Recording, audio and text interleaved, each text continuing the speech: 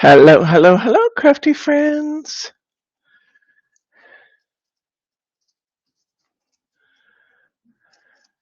There's Daria and Patty. Oh my, we have a long list here. Hi, Roseanne. Hi, Patrice. I hope your hand's feeling good. Roseanne and Maria. Hello. And Daria. And and yes, you guys have had a nice chat. Thelma. Hi, Thelma. And Naughty Kitty. Betty Goswell. Patty, Diane McIntyre, Brenda. Hi, Brenda. Hi, Daria. Hi, Mary. Hi, Kim.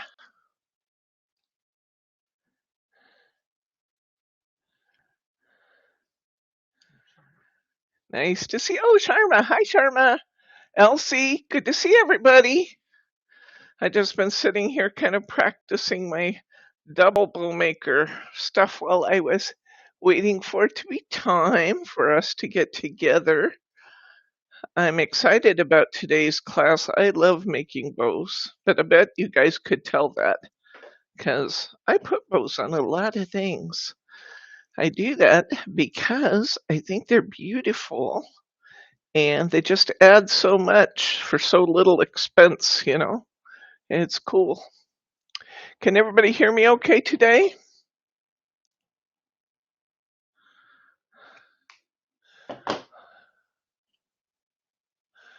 Hi, Patrice. Hi, Wanda. Welcome. Mary R. isn't here yet. Hi, Betty McSorley.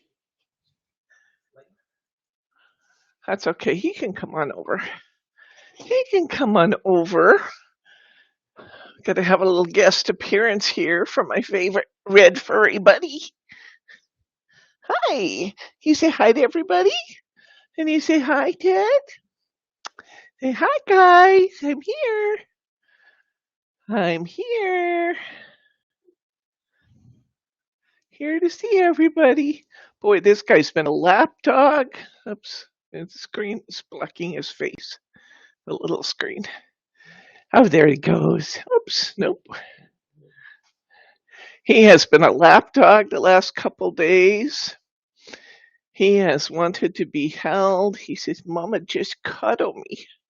Just cuddle the puppy. At this at this particular moment in time, that doesn't seem to be his agenda. Yes, get puppy kisses. I love you too. Yes. Your Mikey is trying to catch Teddy. No splints on either hand. Is that what I read? Yay. Oh, good. We'll take it easy on that hand initially. I know that probably will still be a little touchy for a while. Yes, I love you, Ted. I love you, Teddy. That's great news. Oh, I'm getting my hand thoroughly washed. That's probably really important for my bow making. It's probably really important for my bow making that I have a nice clean hand. Compliments of Teddy. Yes. Oh, give it just a minute here. I don't know what we have to scratch, but we have to scratch something. There's Mary R. There she is. Hi, Mary R. Oops, we got Teddy's face. There we go. We had Teddy's face behind the little picture again. Can you say hi to Mary R? Your internet mommy? And you say hi to Mary R, your internet mommy? Uh-oh. You saw a hand surgeon. Uh-oh. Are you going to have surgery on that hand, Patrice? Oh, you saw your daddy over there?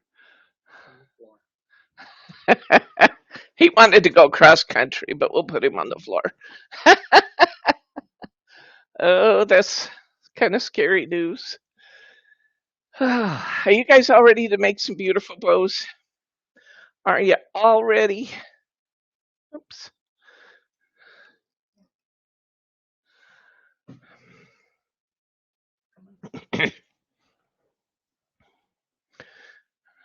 I hadn't practiced this for a couple weeks, so I decided I better get out here a little bit early and practice a little bit before you guys got here. I gotta get this bow off my bowmaker. We'll see what it looks like. I have no idea what it's gonna look like, but we'll find out soon.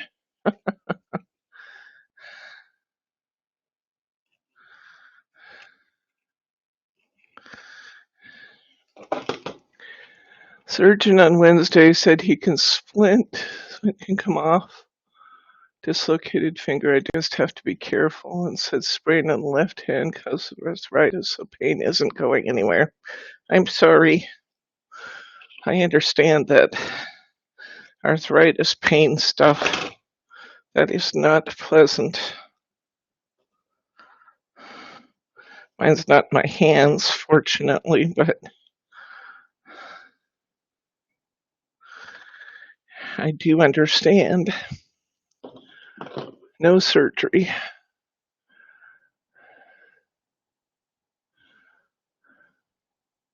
Ah, and the bone poked out. Oh my gosh. Daria's cat Skittery just joined the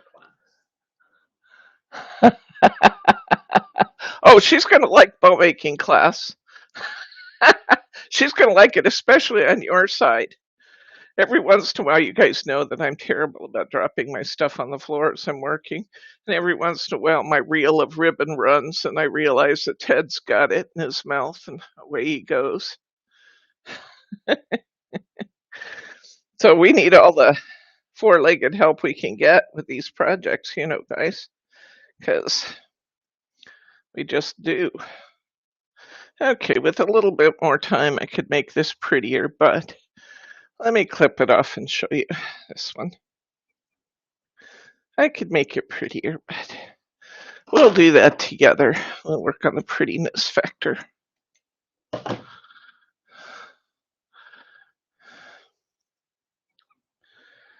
Tighten it just a little bit more.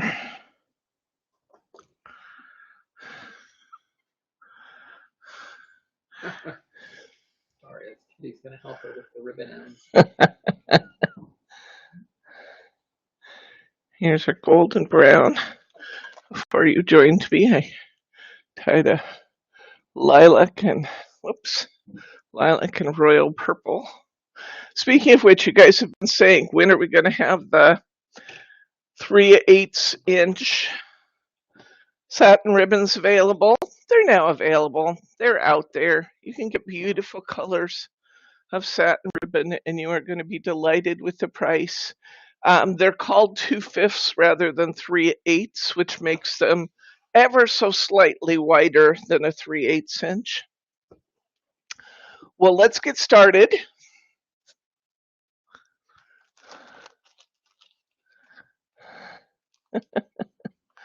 Okay. All right. Let's start by carefully emptying your bow pen kit on the table. We're actually going to build our bow pens first because we want to give them time to dry before we need them. Now, you can use, I'm going to set this ribbon aside somewhere where I don't grab it, or maybe put it back in the packet, because this is for my card and I don't want to accidentally use it for something else. Okay, there you are. No problem. If you were missing brads, I will gladly get you some.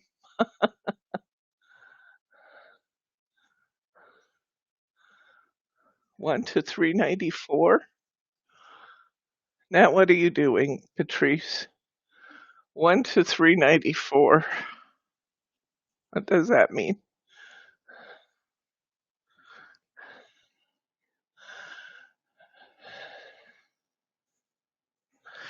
And I am building, Betty, an explosion box. I've heard from my distributor that my ribbon or my paper order should be here in a couple more days. I think it's due on Monday, and I'll get some more explosion box packs put together for you. Hi, Kim. Welcome. Okay, Betty Gazel will do. I'll check that out. Okay, first I want to talk about bow pins. Now, bow pins are simply pins that we're going to make to go in our cards. I saw these. I didn't originate this idea. I saw these on a Creative Expressions video, but the Creative Expressions video was selling pre-made bow pins, and they were like, I don't know, 6 for $5 or something. And I thought to myself when I saw them, I thought, I can do that, and I can do that. I have to type my finger. Okay. I could do that for a whole lot less money than that. So I got my beads out, I got my jewelry supplies, and the first ones I made on nice bow pins. And then I went hunting for supplies. And I realized that there's these really, really thin bow pins out, or ball head pins out there and available on the internet really cheap. And I said to myself, why should I use expensive pins when these are going to go on a card? They're not going to have a lot of abuse, and I can make them really cheap. So that's what I started ordering in, was these pins that are like a 28 gauge maybe pin. They're very, very fine, and they're very bendable. Now, these would not be good for jewelry making. Let me just say that. This is not a pin you want to make a pair of earrings out of, because I guarantee the very first time you pull a comb through your hair with these earrings with these pins, you're going to just straighten the pin right out and your beads are going to go everywhere, because they're not heavy duty. But they are inexpensive, making them great for our purposes. You usually get these in a packet of like 100 pins, and I have some packets coming, and I'm going to build you some more bow kits or some more bead pin kits. Every time I list them, they sell out like hotcakes. We're going to build you some kits, but I want to let you know that not every pin in your kit is going to be perfect, because I buy really cheap ones. And the cost of these pins to you ends up being like a penny. If you get a really bad pin in your kit, don't spend all day trying to straighten it out or get irritated that you've got a flawed supply. Throw the thing out and grab a different one, because that is, that's why I'm using these, is that they're inexpensive. So little like 28 gauge ball pins are my favorite for this process. If you have some in your kit, you may find that there's some little bends here and there in them. It doesn't matter at all for our purposes. So I've given you a packet of little red and crystal and gold beads. We're going to start by just threading a few of these beads on your pin. And we're going to use 3 pins on our card today, so that's how many we'll make. When you're putting your beads on, you want to put on, I'd say generally I like to use at least 3 beads, and I don't want my components on my pin to be more than about a ½ inch long. We're just going to make some small pins. Your beads may be slightly different than mine. I gave you all red, crystal, and gold, but your actual beads, some of you will have little oat beads, some won't, some may have some rondelles, others might not. They're all the same colors, but they're not necessarily the same beads. So I just used what I had. When you're choosing beads to make bead pins, you want no pins for, oh yeah, you won't be making pins today with those fingers, Patrice, truly. You want to keep your beads fairly small. Remember that these are an accent to our card. They're not going to take over our card. We just want them to be We just want them to be pretty. Here's my first one. And you can see I just put 2 gold balls, 2 little crystal ones, a little bit larger red one. And I usually make my 3 all different. You're not going to see a lot of identical stuff in nature. So I usually make my pens a little different. I might make one slightly larger than the others. I do try to keep my bead size. If you're choosing beads from your collection, I try to keep my bead size under 8mm. So I'm going to use this one. And then maybe I'll put, I don't know. You got plenty beads here for probably a dozen bead pins. I put 6 in your kit. We're only going to use 3 today, but it's kind of fun to design them. So I thought you might enjoy that. So I put a few extras. Now for adhesive, you can use any glue that you have. Do not use best glue ever. It's not good for this purpose because remember that the best glue ever dries into a glue dot. Do you really want a glue dot on your bead pin? No. You want a hard glue on your bead pin. So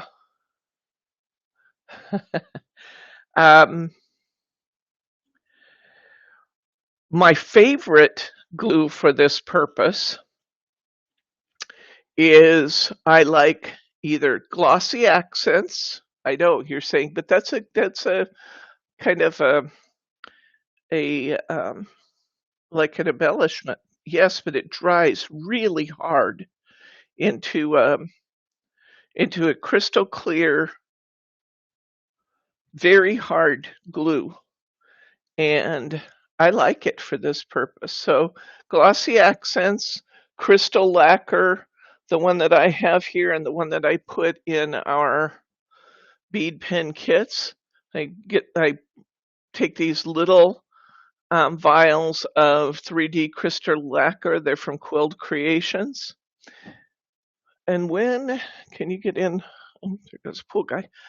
If you can get in close here, what I want you to do when you glue this is we don't want to have a big glob of glue under our beads, below our beads. So what I like to do is I glue the last bead. Whoops. I'm going to get it on my fingers. That wasn't my point. I'm going to put my glue between beads 1 and 2. I'm going to make sure that it touches the pin, but I'm also going to make sure that it's on the second to the last bead. And then I'm going to slide it up. And you don't see that glue at all, but when this crystal lacquer dries, and it does take a while to dry, but when it dries, that is going to be solid as solid can be. It just does not fall apart. So if you have glossy accents, it's basically the same product. I'm going to set that down to dry, and I'm going to do my next one. Let's do that again. I slide my last bead up a little bit. Excuse me.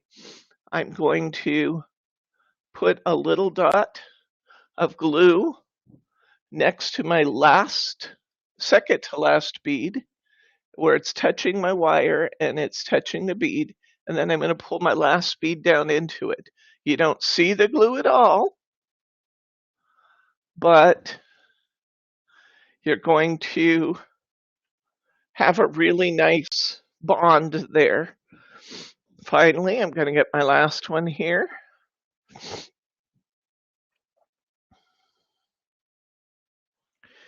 And I'm going to, so hopefully everybody's working along, getting your pens made.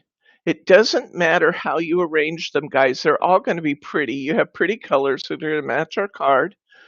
So just make 3 bead pins and get the glue on those. You can use any glue that you have right now, but let's get the glue on those and let those start drying.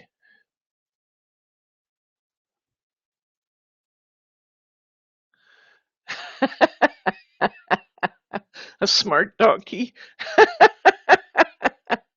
set aside your foam squares with your bead pen stuff, and then we have these two little pieces here. These are ribbon sliders, and we're going to work with those too. So let's set those aside over where we put our bead stuff, and then we're done with this little packet for now.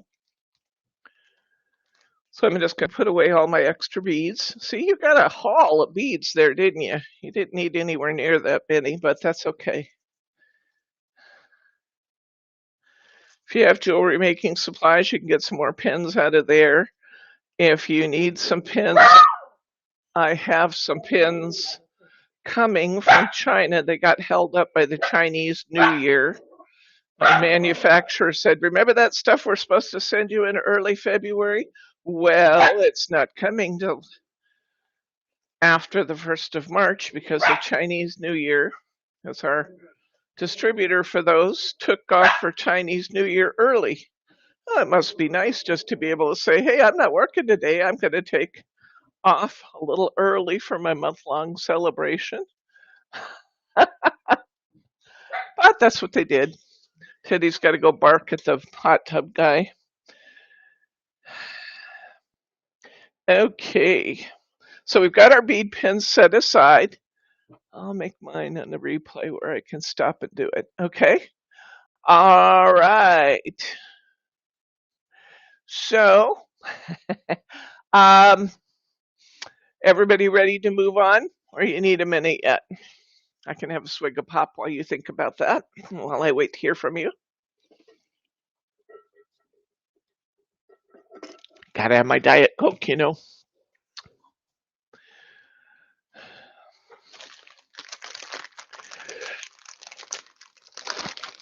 Yeah, let's get those done and set aside because you'll want them when we get to making our card. Diane's good to go. Can you give me some number ones, guys, when you're ready?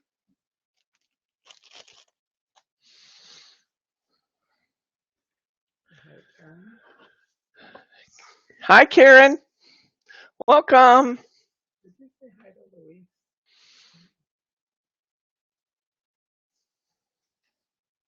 Oh, hello, Louise. I didn't see you there. Welcome. Welcome, welcome. Okay. You have some longer and shorter pieces of ribbon. I'm going to pull out a few of the short ones here because that's where we're going to start our practice. So you got a little printed ribbon there that's shorter.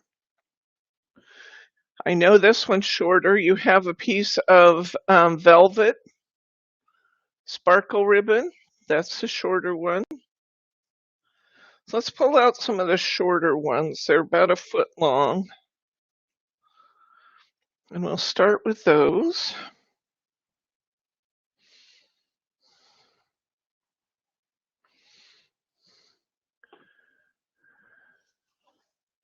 I had to pause video because it's my first time. I'll just watch. That's fine. That's fine. Although if you want to work along, it's actually okay. The nice thing about working along is that it would give you a chance to ask questions. The fabric ribbon is kind of an off-white or very, very soft pink, is 1 foot long. There's a lot of ribbon in this kit, guys. And we're going to talk about how to use all these different ones. Here's another velvet. It's got some little pink fibers on it. No problem. We have a white velvet, or mine's white. Yours might be a different color.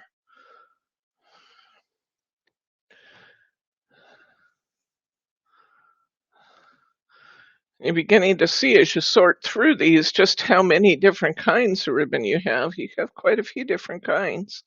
We're going to do some fun stuff with all of them. Okay, so we've got some of our shorter pieces of ribbon here. I may grab one of the longer ones while we're at it, but let's start with the short ones. Let's take this 1-inch piece of ribbon, printed organza ribbon.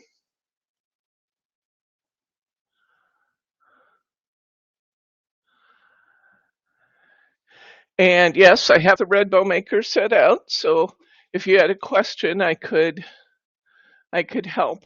With your BlueBerry bowmakers, they have this little black clip at the bottom. That clip stretches out.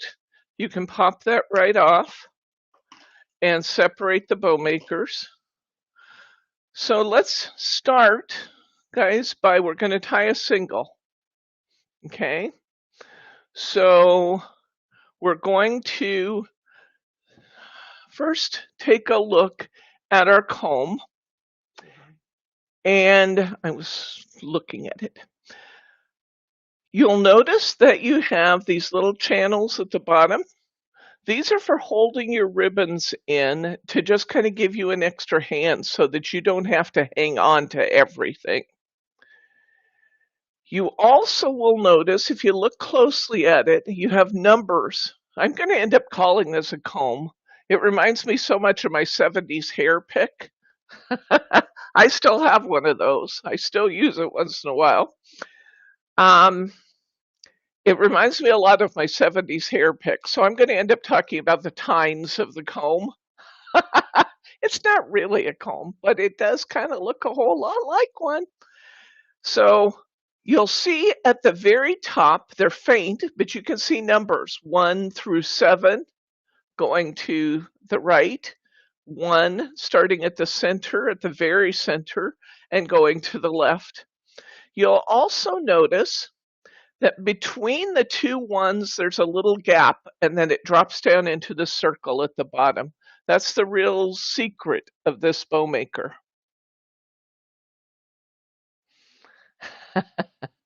Your kitty got him. You'll find him in the most interesting place now.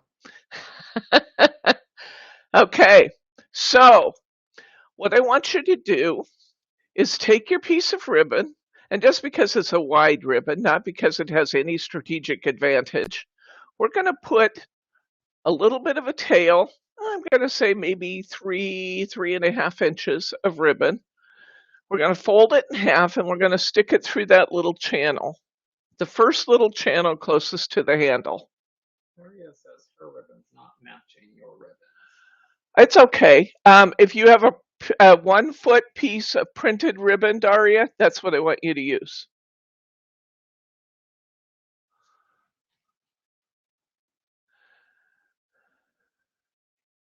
So just look for your printed ribbon that's 1 foot long.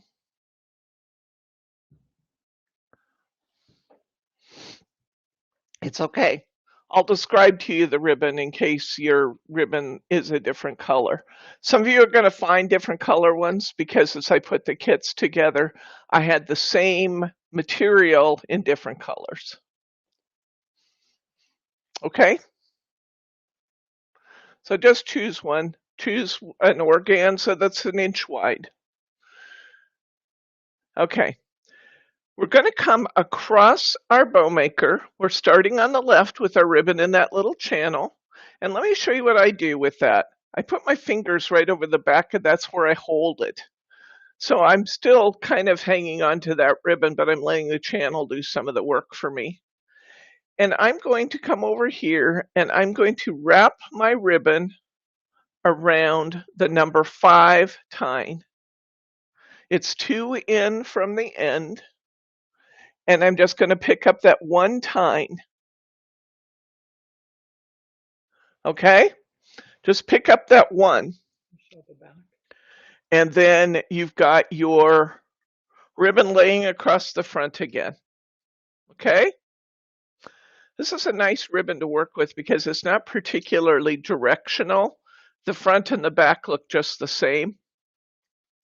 I'm going to come over here and I'm going to grab that number 5 on the left-hand side. When bow making, everything you do on the right, you're going to do on the left. And the tines are numbered on the top. Yes, they are. Starting with 1 in the center and going through number 7. You're going to pull it down, and you can see that I have picked up just 5 and just 5. Now, for this first bow, I'm going to take this ribbon, and I'm going to push it down through that hole in my bow maker. So it's on the other side of my comb. See that? Go down through the hole, and then I've got my ribbon on the other side. Now, when our ribbons become directional, this one is not. We're going to pay attention to which side is up, but right now it doesn't really matter whether I have, see, I don't have a shiny side or a bright side. I just have one my ribbon looks exactly the same. So it doesn't really matter which side's up. I'm going to go back through this channel, okay, back between the two number ones, and I'm going to pull it through. You with me? How do you ask, should their numbers be facing? It doesn't really matter if the numbers are facing you, but it's nice just for reference if they are, but it won't affect how the bowmaker works at all.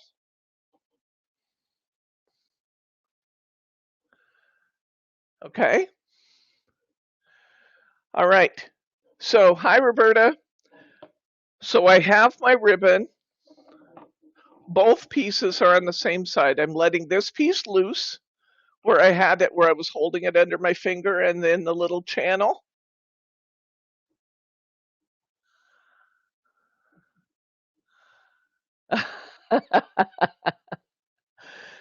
And now I'm going to take these two ends and I'm going to tie a half knot, just like I was going to tie my shoes. Okay? So tie a half knot, just as if you were tying your shoes. And pull it tight.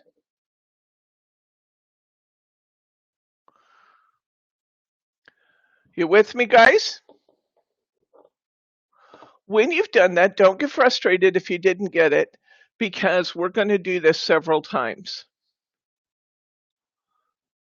I'm going to slide this off of my bowmaker, and what you're going to see from the front, we've actually been working from the back, and what you're going to see from the front is a perfectly tied little bow.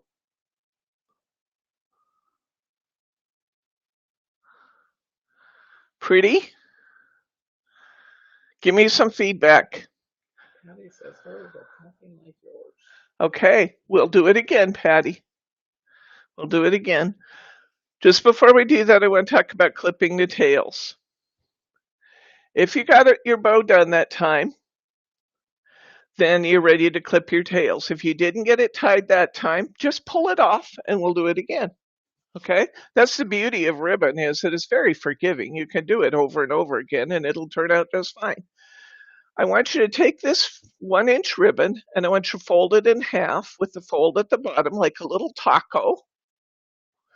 And then I want you to take your scissors and I want you to clip upward at an angle towards the end of the ribbon. And what you will get is a little whale tail. It's so pretty. Okay.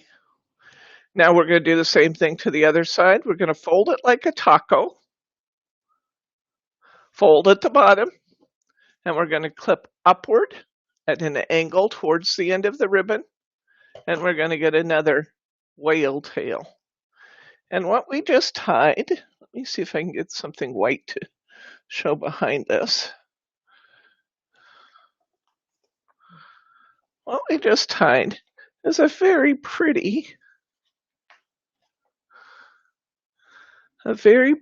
bow with whale tails. Okay? Now, if your tails aren't behaving and coming down, there's a couple things that you can do. You don't have to be too soft and easy on these. You can just take those tails and pull them around where you want them to be. Sometimes you'll notice on my cards that I don't pull my tails down, that I pull them out to the side because that's the space I have available for my bow. And sometimes you'll notice that I actually kind of have my tails going any which direction because it's kind of artsy and pretty. And the bow just kind of wants to do that. So there's lots of different things you can do with the tails.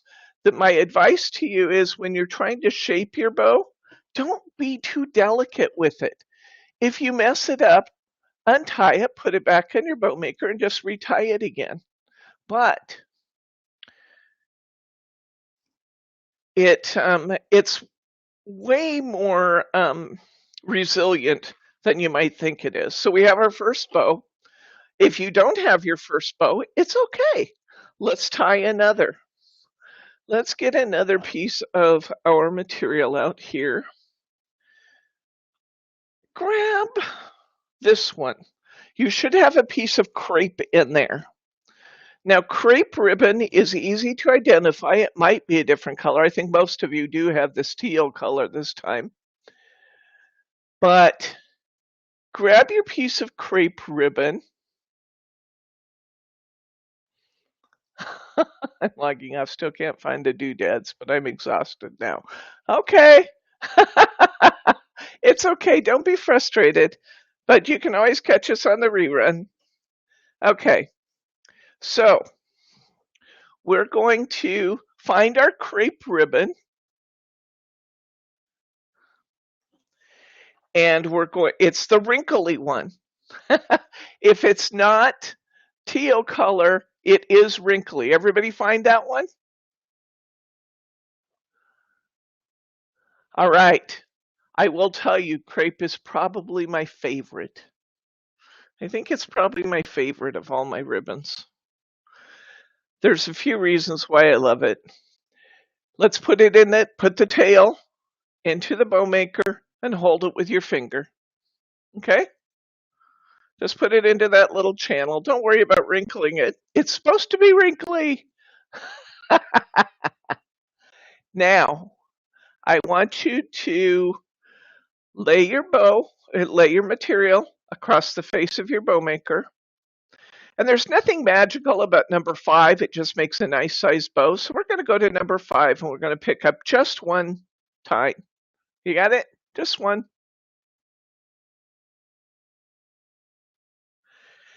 And we're going to come across whatever we do on one side, we will automatically do on the other. So I'm going to come over to number 5 on the left-hand side. This is what my comb looks like from the back. 5 and 5. Now I've got my material here on top again. All right. All right, ready? Down through the hole, guys. Just take that whole ribbon piece and go down through the hole. You're going to kind of scooch it up a little bit. See how it just kind of goes up into that channel? Let it do that. And we're going to come back through to the front between the two number 1s. You with me?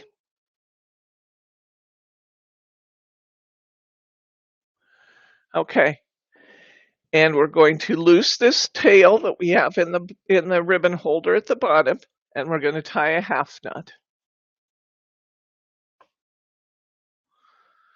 Tie your half knot, just as if you were starting to tie your shoes.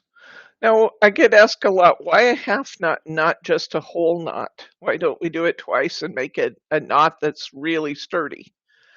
The reason for that is that you don't need the extra bulk there. The half knot is going to hold it just fine, and we don't need the extra bulk.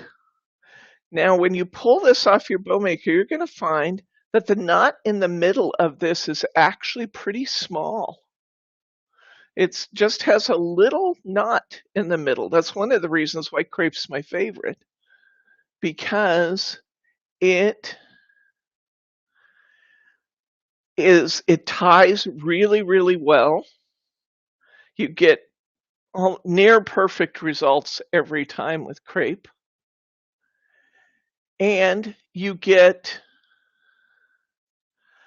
there's only a little tiny knot in the middle of it. So it's beautiful for that. So here's what I'm going to do. I'm going to fold this like a taco. I'm going to clip upward at an angle. Now the amount of how far down your ribbon you go depends on how long a tail you want on it. When in doubt, put a little bit of a tail to it, a couple inches, and then you can always trim that later if you don't have room for that much. But look at this beautiful bow we've just tied. Isn't that pretty? I'm trying to keep my fingers out of the way so you can see it, but we've got this pretty bow. I will tell you, with crepe, you don't have to pull it real tight. I haven't tied one with crepe for a while, so I pulled mine tighter than I probably needed to. It actually looks really nice with crepe if you don't pull it real tight. But isn't it pretty? Still not getting it. It's okay, Patty. We're going to do it again. And you know what? After that, we're going to do it again because I'm going to make sure you get it. It's okay. Set that crepe aside because I want to use that for a different job coming up here. And find this really soft piece. There's a super soft piece of ribbon in here. It doesn't have a lot of body to it. See this one? Kind of like a spaghetti noodle that's been cooked. It just doesn't have a lot of body to it. Oops.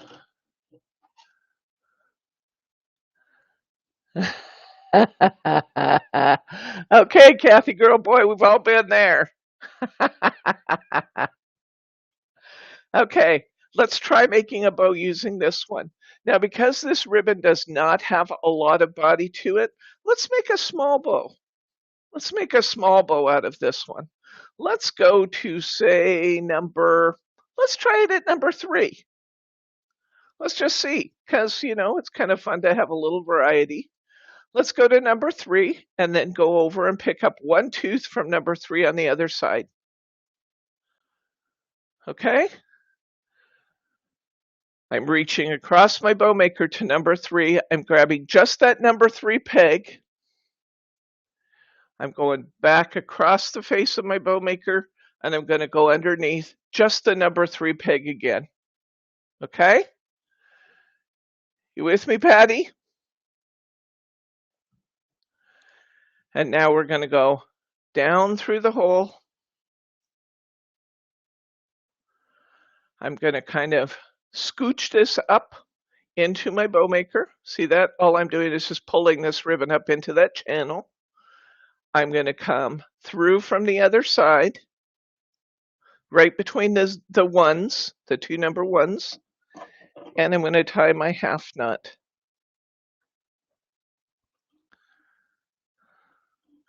Now, one thing you may be noticing, Patty and others, is that maybe your bow's lopsided. Maybe you have more on one side than you have on the other. When you tie this half knot, make sure that your knot ends up right in between the 2 number ones. Make sure you pull it up so that the 2 number ones, the knot that you just put in is right at the 2 number ones. And we just tied a really cute little bow. My white paper is not going to be the paper to show that on. Let me get my box here. We're adaptable. Look at this cute little bow we just tied.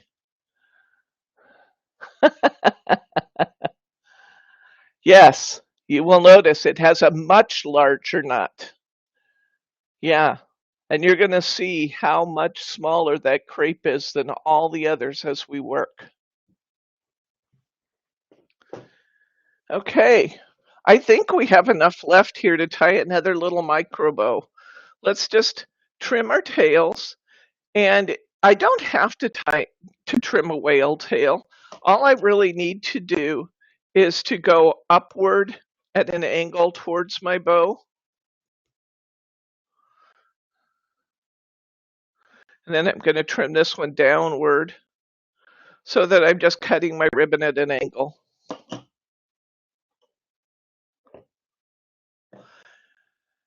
Why do you trim your ribbon at an angle? Because it's less likely to fray. Let's use what we have left there and let's do a little more practice. Let's get that piece, where did it go?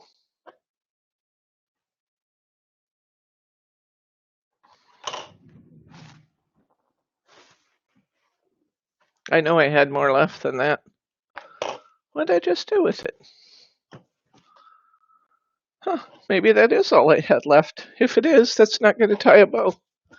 Okay, I'm going to generally toss this one out. However, I do want to say sometimes just a knot is all you need on a card. It depends on the card you're making, of course. Don't pull it real tight. But sometimes a little knot out of a leftover piece of ribbon, especially if it's a really nice piece of ribbon, can be just the right touch for what you're making. So before you throw those scraps, take a look and say, can I just tie a little knot in it and have it turn out cute? Now, if you're having any trouble with your scissors cutting your ribbon, you need one of these. These are the same scissors I use every day in my card making. And you know that card cutting paper is notorious for dulling your blades, right? You never ever use your good fabric scissors on paper because it's going to dull your blades. Paper will dull your blades. And yet I'm using the same scissors for this that I use for my paper cutting. I get away with that because of this little Fiskars scissor sharpener. I think those who are out there who have purchased this little doohickey will tell you it's worth its weight in gold. That's all I do is I just go through a few times. I think they say 2 or 3 times. I'm going to tell you I probably go 6 or 7. And all you do to use it is open your blades, stick them through the holes, and then you don't have to do it hard. You just pull your blades back across the little thing in the center. And it really does work, doesn't it?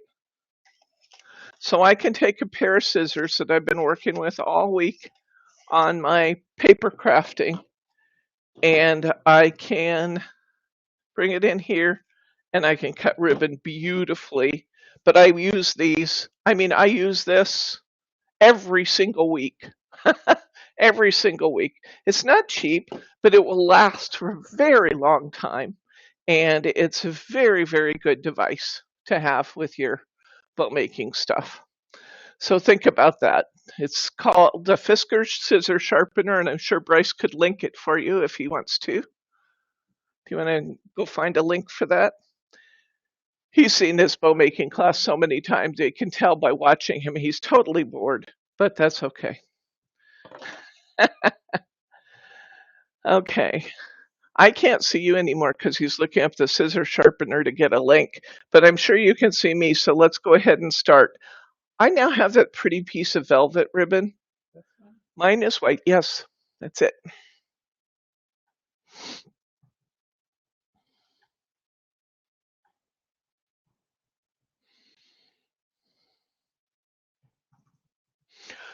My scissors I use are cheap scissors. Uh-oh.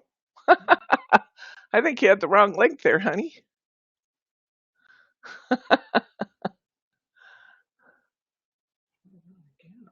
Oh, you pasted your other link to it. He's going to try that again. Okay. Control C. I tried. It didn't like Control C.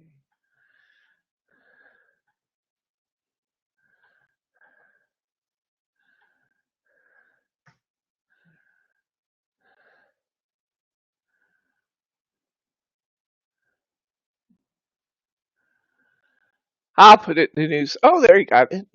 There it is. I was going to say I'll put it in the newsletter. I will anyway.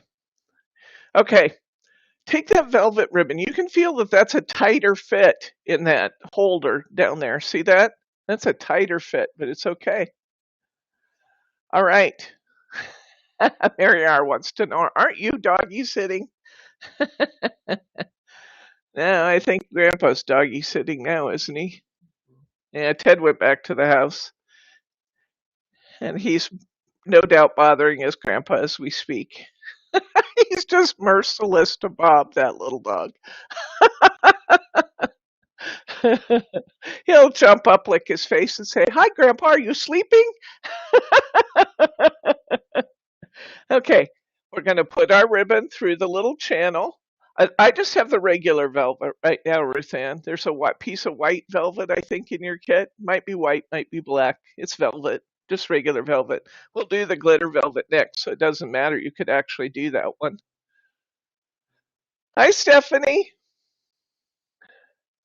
Okay, so wrap around the number 5 tine, come across the face of your bowmaker.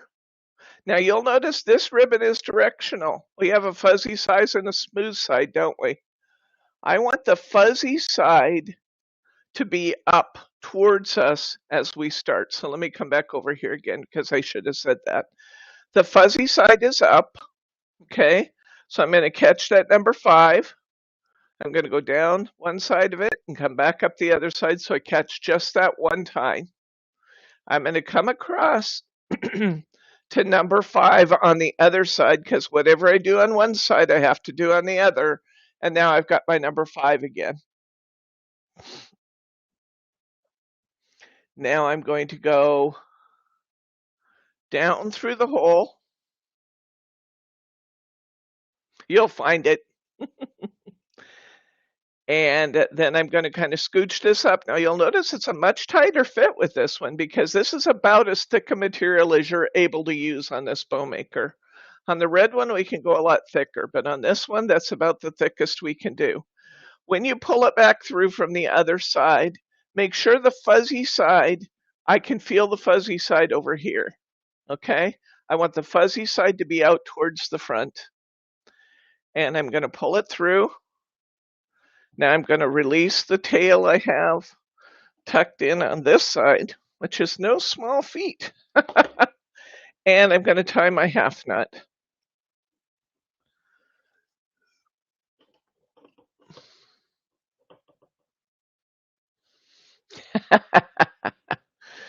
Okay. When you are pulling your knot, your half knot tight, you're going to find out this material has a huge, huge knot, but it's pretty and it's worth it. Pull your tails directly out to the sides, pull tight, and then you want to make sure that the soft side, not the fuzzy side, the smooth side of the ribbon is up towards you because we're working on the back. We're going to slide this off, and we have a delectably beautiful velvet bow. And the tails on our velvet bow are coming out towards the side. Now, when you have little tails like this left over, this is not going to be enough to do anything with. Just leave it on there till you're ready to use this, because that would allow you to wrap around a corner or something when you're ready to use this bow. So just leave the tails on until you're ready to see what you're actually going to do with this one. Okay? But there it is. There's our pretty bow. I need a check-in. Give me a number 1 if it's going well. Give me a number 2 if we want more practice. We are going to practice one more time at least because I have another 1 foot piece of ribbon here. But give me a check-in and let me know how we're doing. 1 or 2. Don't feel pressure. If you're at a 2, you tell me you're at a 2 because we have, look at this stack of ribbon. We are good to go, guys.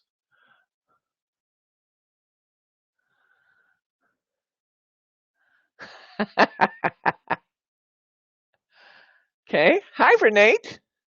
Welcome. Okay. Okay, Patty, you're good. That's okay. Who else is with Patty? Feels like you need a little extra practice. It's okay. Give me 1s and 2s. Just watching for now. That's okay. All right. Let's get our sparkly velvet out here. Look at this thing. It is sparkly and beautiful sparkle velvet. Why are there 2 hooks? because you can actually use multiple ribbons on each of your bow makers. We'll look at that a little bit later. Okay, let's get this piece of ribbon out.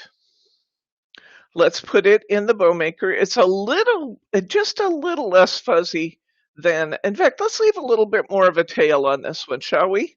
Let's leave a little bit more of a tail, because this ribbon right here would be beautiful for wrapping around a card and just let all that sparkle shine and use it that way.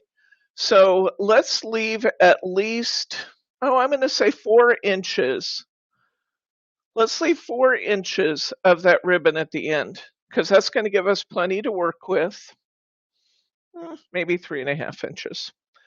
And let's go over to our, let's go to number 4. We've done a 3, we've done a 5. Let's do a number 4.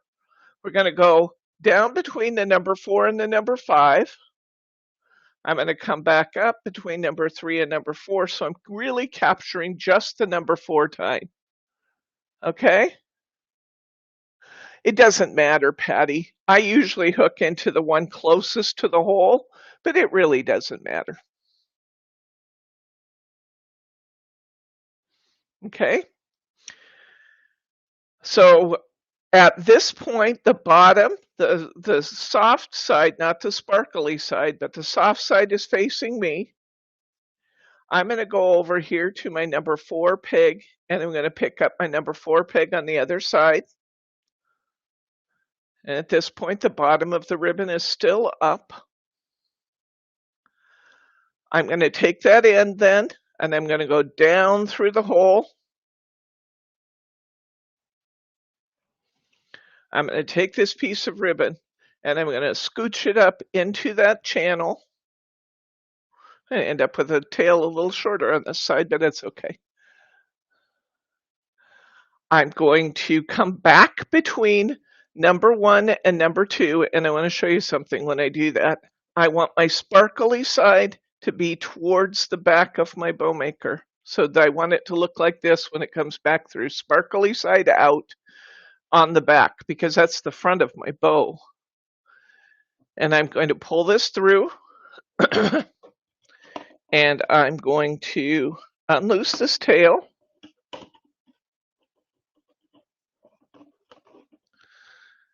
And I'm going to tie a half knot. And when I tie my half knot, I'm going to twist my ribbon as necessary to make sure that my not shiny side is towards me on the tails. That's important because I want the shiny, perfect, really pretty, sparkly side to be facing out when I pull it off the comb. I'm going to take my bow, I'm going to slide it up. Now, this time I feel like I got my bow just a little bit off center. What am I going to do? I'm going to take my scissors, I'm going to put the point of my scissors through there, and I'm just going to pull that out just a little bit, and I'm going to straighten that up, and then I've got equal sides. You see what I did there? I just pulled that up. I just pulled it to make it nice and even with the other side. Now this is going to be an absolutely exquisite bow for you to lay down, put tape across the back, and wrap around your card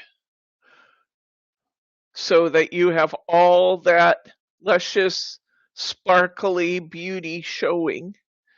When you wrap this around your card, you're probably going to want to put some foam squares between the face of your card and your card base, because it's pretty thick stuff. Same with this. With this thicker ribbon like this, it's good to put a foam square between the piece that you are tying the ribbon onto and the base of your card, because you're going to get a little bump there in your card from how thick that ribbon is. Make sense? Okay, how we doing? Let's do, reach in and get this one. You should have a polka dot satin ribbon. Find a polka dot satin ribbon.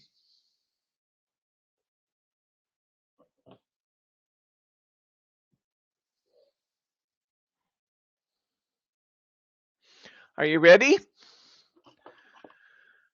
Let's leave a little bit of a tail.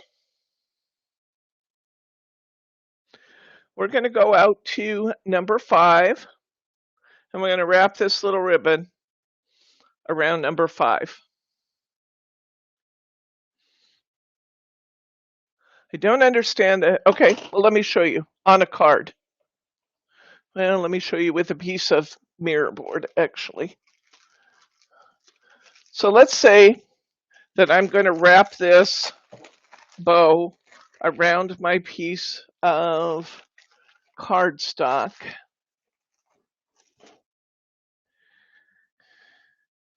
To make my card. When I go to put this on my card, this is going to be really thick. See there, it's going to be beautiful on top of my mirror, but it's going to be really thick. So if I go to put that on my card, I'm going to have a little bump there where that ribbon goes underneath. I'm going to put foam squares between this piece of mirror board and my card so that that little bump doesn't look funny.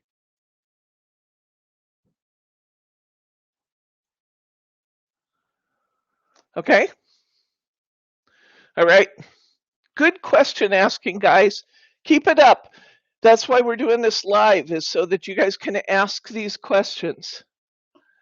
Okay. Didn't do as well on that one. That's okay, Diane. We're going to do it again. Here we go. We're going to do just a very slight variation on it this time. We've got our ribbon through our ribbon holder. We're coming over to number 5 and we're catching the number 5 peg. Okay? We're going to come back over. Whatever we do to one side, we're going to do to the other, and we're going to catch our number 5 on the other side. Oh, you found your doodads. Yay! Okay. This time, don't go through the hole. I want you to come back to number 5 again and repeat the same process. Come to number 5.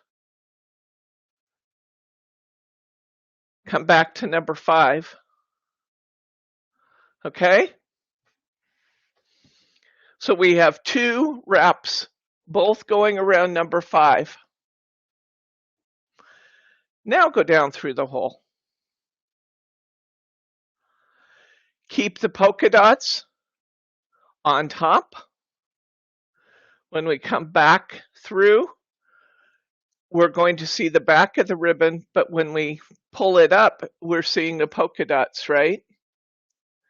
So now unloose the holding ribbon, the one that we have in the little channel, tie a half knot, and the solid red side needs to be facing you. Just turn your ribbon ends until you've got the solid red side facing you. And sometimes they will argue with you. Sometimes it wants to twist the other way. If it wants to twist the other way, sometimes I just let it twist the other way and then I go ahead and turn it on around further. Because sometimes the ribbon is just kinked in a way that it makes it easier to kind of comply with what the ribbon wants to do and go around. Now,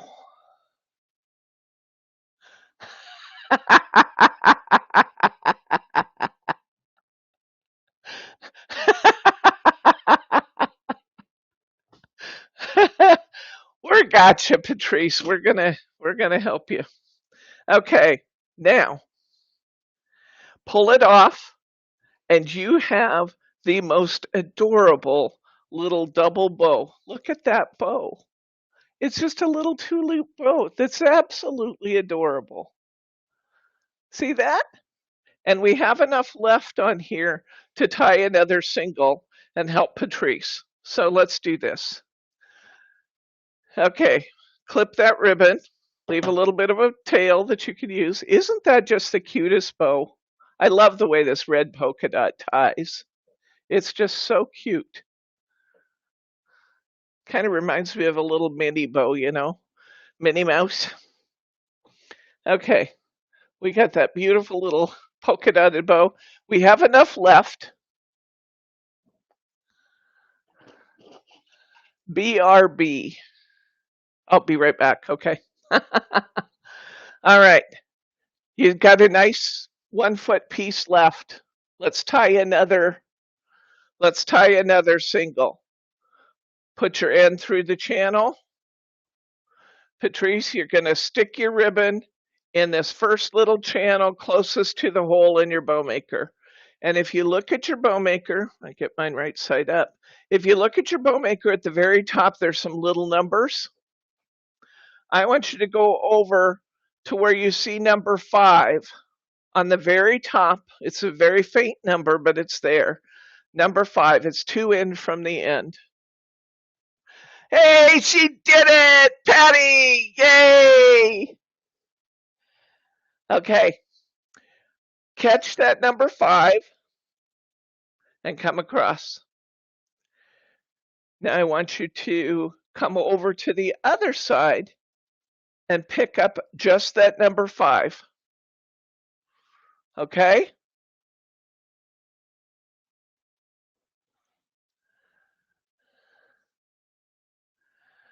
All right. Down through the hole. I've got my ribbon on the back side now. I'm going to bring my ribbon back between the 2 number 1s. 2 number 1s and those numbers at the top. I'm going to tie a half knot just like I was tying my shoes. We'll get a triple for you, Betty. Oh, you made a triple? Oh, you made a triple. Good for you. Yay! Okay. Pull it off. And you have an adorable little bow. Now, if your bow isn't quite even, you can reach in with your finger or your scissors and you can pull 1 loop bigger. It works. And there we go. We got a cute, cute single bow.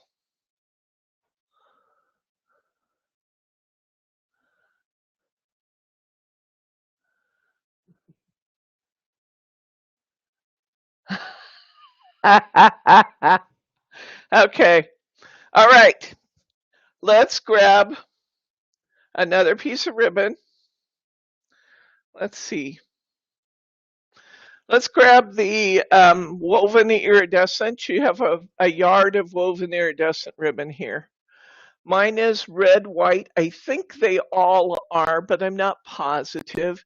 You can tell the woven iridescent because it's very sparkly on one side and it's almost white on the back.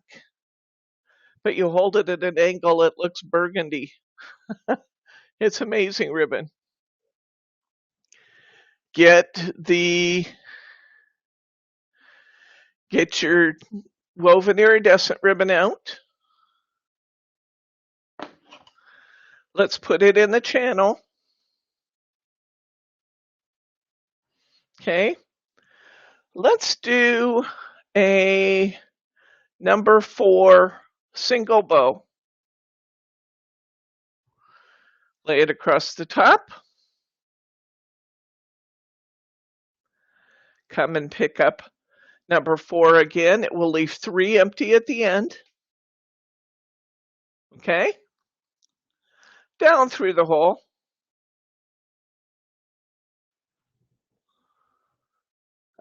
The boxes all have cats in them. Bring it back through to the front. Pay attention to which side your shiny side of your ribbon is on, your sparkly side. Tie it off in a half knot.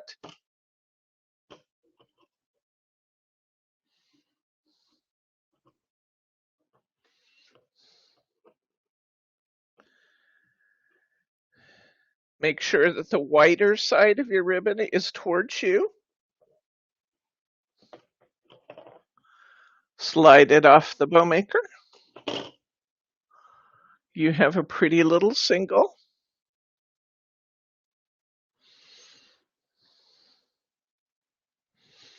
Clip your ribbon. Let's go make another double. Could even probably make a triple out of this. Okay. Excellent. Look at you guys go. Okay, let's make another double. We're going to put our ribbon in the ribbon holder. Hold it with our finger. Let's go over to number 5. Pick up just the number 5 tine.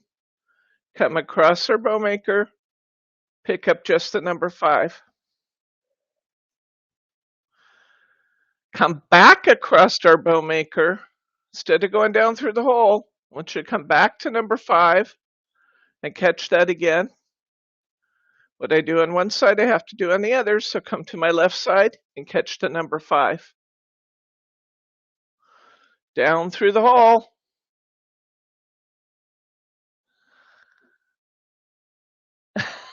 By the way, they were not on my left.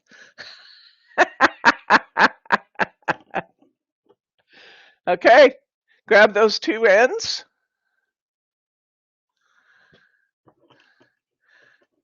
And we're going to tie a half knot just like we were going to tie our shoes.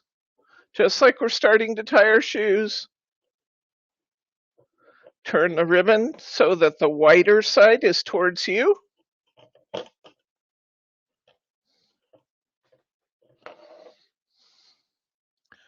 Slide it off the bowmaker.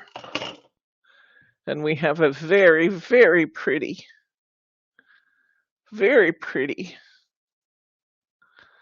bow tied with double loops.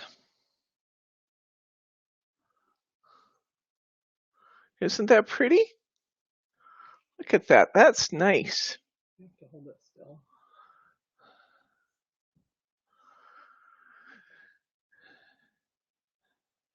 Now my tails were kind of high on that one. All I have to do is just take them and pull them down. It's very pretty. Actually, I had it from the back. I'm going to turn it over. Turn it over and it's even prettier. There we go. That's pretty.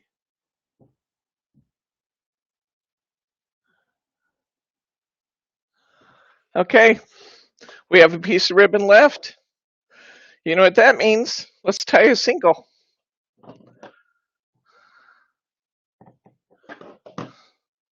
Susan says she's having trouble keeping the knots tight.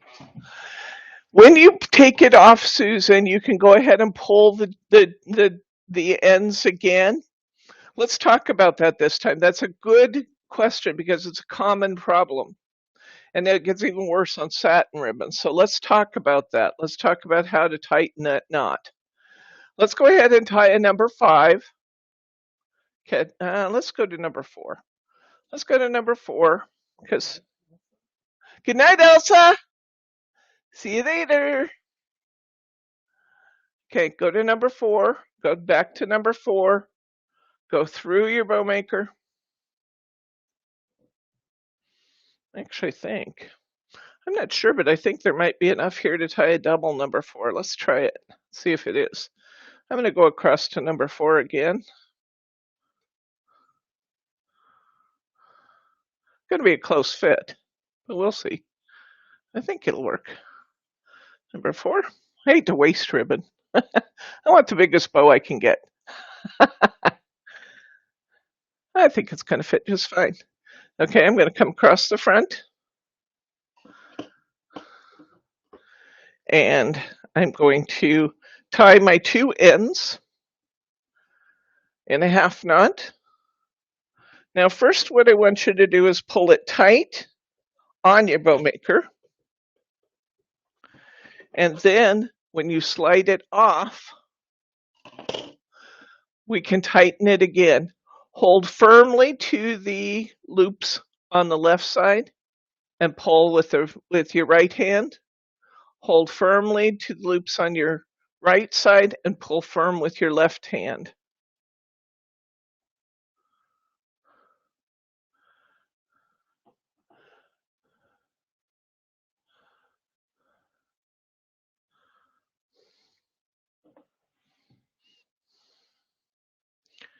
I'm going to go ahead and clip these in some whale tails. I'm making a little taco. Open sides up. I'm going to clip up and outward towards the end of my ribbon. I kind of twisted my ribbon a little bit there as I worked. I had to cut it more than once. And I'm going to form a taco. I've got the fold at the bottom, and I'm going to clip upward towards the end of my ribbon.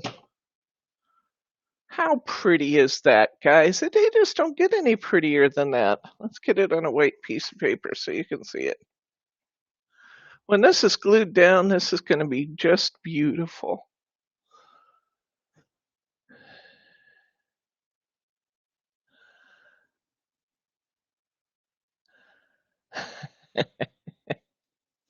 Okay. All right. You ready to try something else? Give me a 1 or a 2. Tell me how you're doing.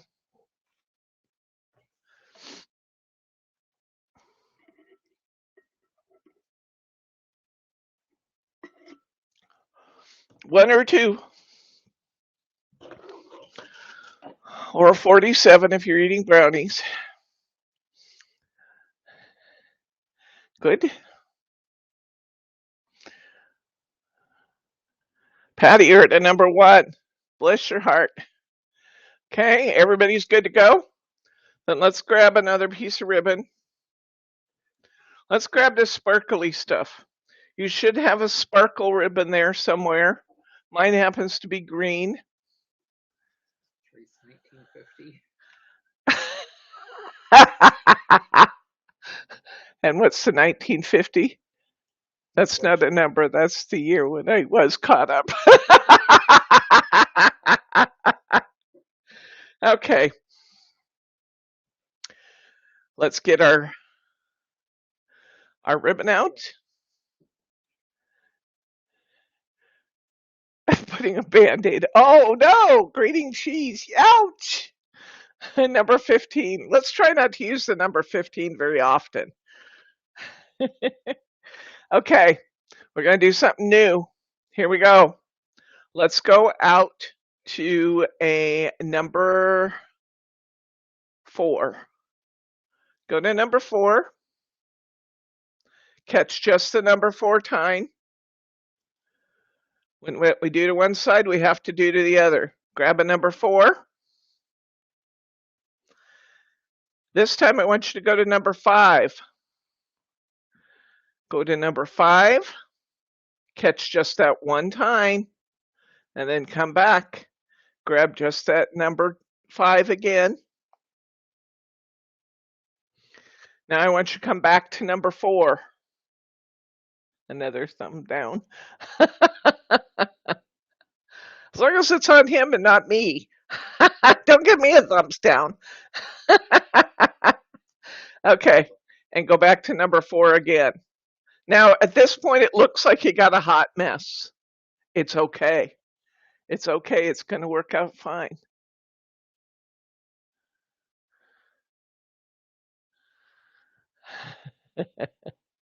Okay, down through the hole.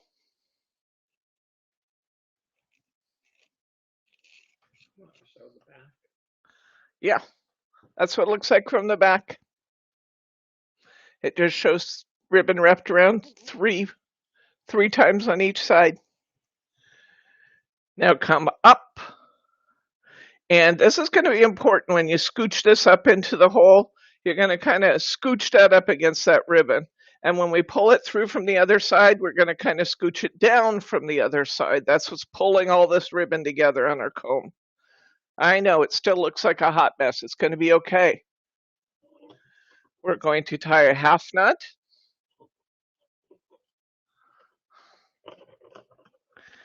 And we're going to pull it tight.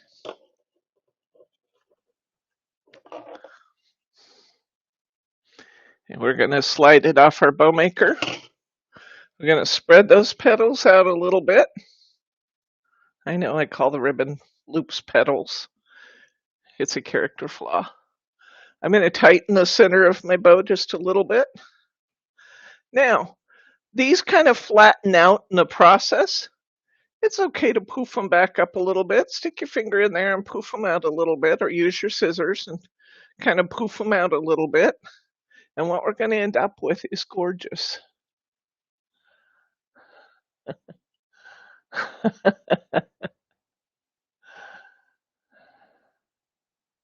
Oh.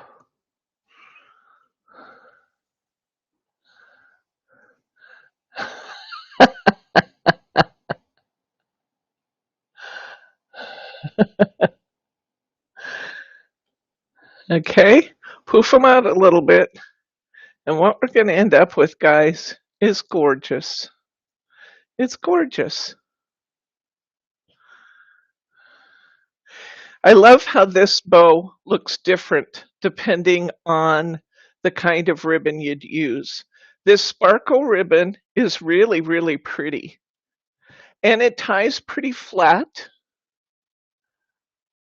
When we do the same thing with satin, it's going to have a very different look, but it's beautiful. Beautiful. Okay, I'm going to trim this tail. We have enough left for a single, for sure. Let's tie another bow. We're going across. Let's go clear to number 6 this time. Go to number 6. 6. We still had room left. Let's go back. Let's go to number 5. Let's tie a double at number 5. I think we have enough. 5, 5. Nothing quite like changing my mind after I get you started, is there? Let's do a number 5. And at number 5, it's going to be plenty of ribbon to do 2 bows out of this one piece.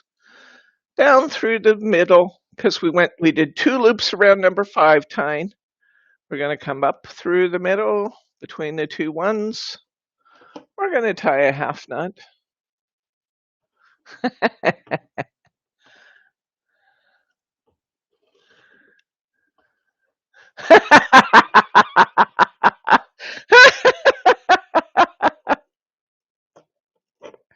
You see Patrice's comment. She said, "Marilyn, stop hitting me." They said, are you alone?" She said, "No, but when I watch this again, I'm going to be with Marilyn. She's going to be hitting me." Look at this. This makes this really full and beautiful. That double's really pretty. I tie the 5, what I call the 515, because that was the numbers on the other comb.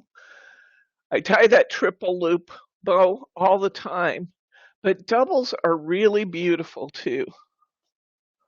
You can wear this one for St. Patty's Day. Just pin that on your jacket and dare anybody to pinch you. Isn't that pretty?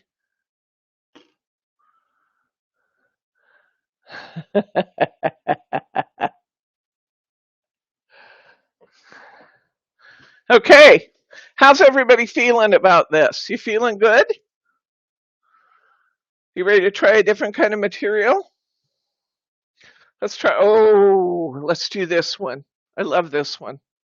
Everybody has the same material. I love this one. This is one of my favorite ribbons in our store. It's lavender on one side and blue on the other. Can you find this in your pack? Let's do this one.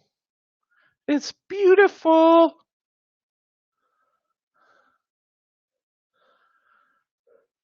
Can you believe you're making these beautiful bows?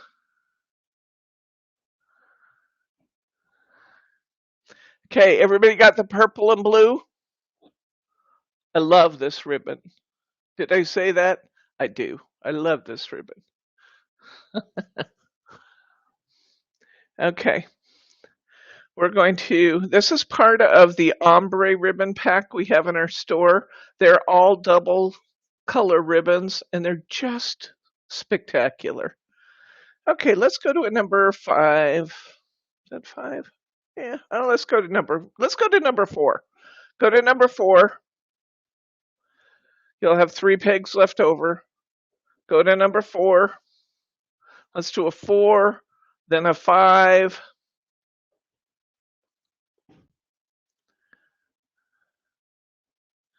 Then a 4. You with me? Am I going too fast? 4, 5, and 4, catching the pegs on each side. Once again, we kind of have that hot mess going. Okay, down through the hole. We use our ribbon that we're pulling through to kind of scooch everything up on our bowmaker.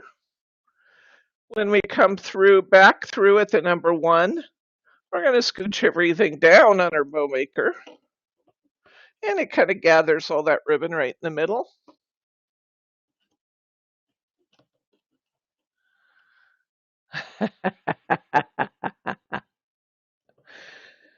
We're going to tie a half knot like we're tying our shoes. This is a form of organza ribbon. This is the first time we've used, well, actually our very first ribbon was organza. But feel how soft and wonderful this ribbon is? It's really beautiful. Look at this bow, guys. Oh, so pretty. So very pretty. Remember, if any of your little loops are just kind of collapsed, you can just pull them back out. You can even them up with the ends of your scissors or by sticking a finger through and pulling them back. Look at this bow. Is that gorgeous?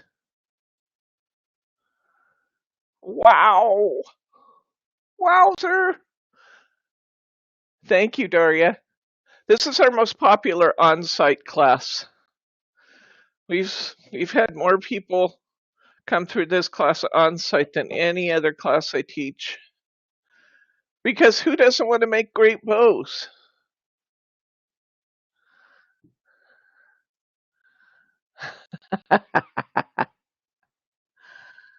Look at that bow. Now this time, we still have a piece left.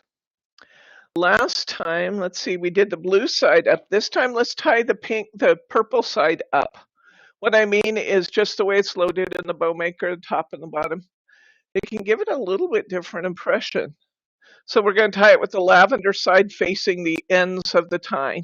Let's go to number 4. I think we probably have enough for a double out of this. Let's try number 4. Number 4. You'll have 3 pegs left on either side. Let's do number 4 again. Number 4. Oh yeah, we should easily have enough. You're getting it. Good job, Susan. Okay.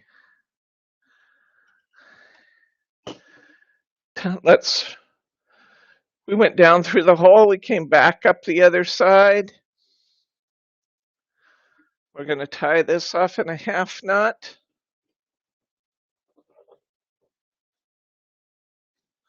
Scooch it off our bowmaker.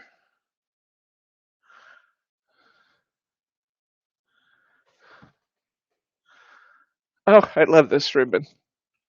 Organza gives a really nice bow. It's not real bulky in the center. It's very light, fluffy, beautiful. Is that beautiful? We got 2 of those beautiful ribbons.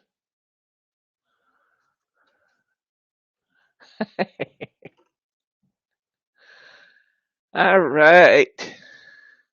Next up, let's see, what do we want next?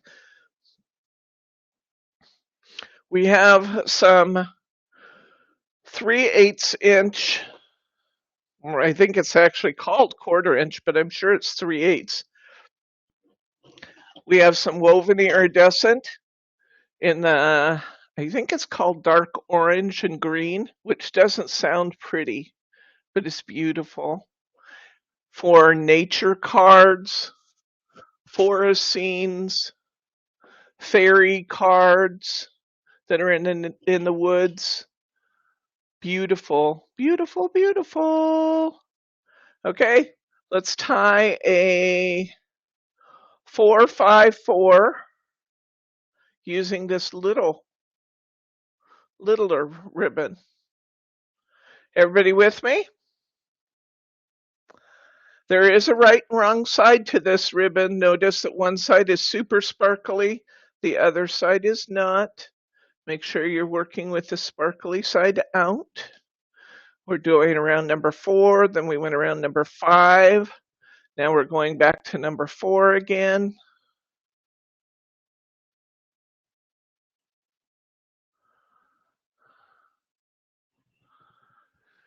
Down through the hole.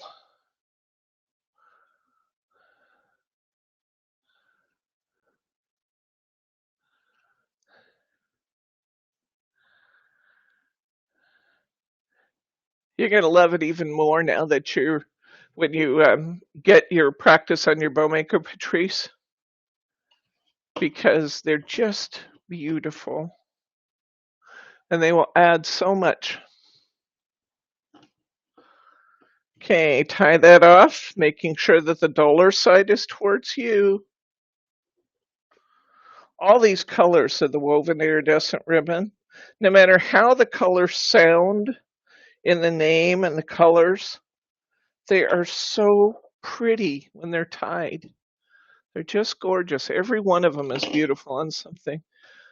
So look how rich and full and beautiful that 3/8 inch ribbon looks when it's tied. Hey, can you see that in a forest scene? Or, like the animal cards that we did, where we did the glitter and glaze. How beautiful is that? Beautiful. You like this one? I think we have enough to tie 2. Let's do another one.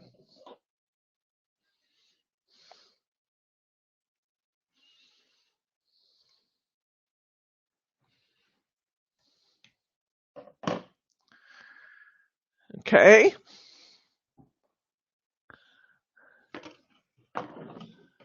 All right.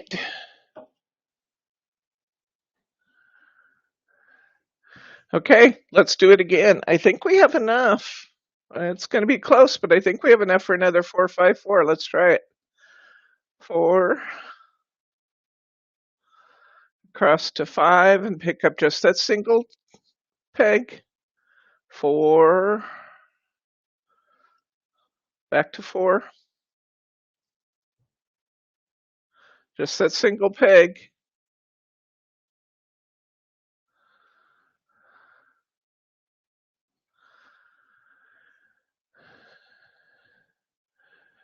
Down through the hole. Scooch it up. Bring it through to the front. Tie a half knot.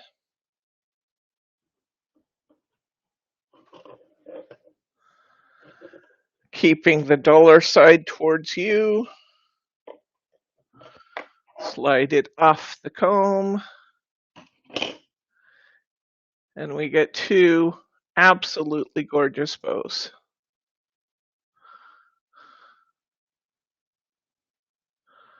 Don't you guys think this is a good buy, this class for $30? I think it's a good buy.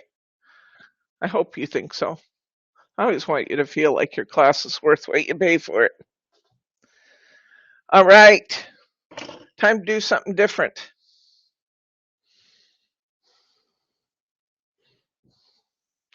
Let's get this satin ribbon out. Mine happens to be this rosy red color. Hi, Pam. welcome. You can catch up on the rerun, my friend. In the meantime, you can just chat with us and watch.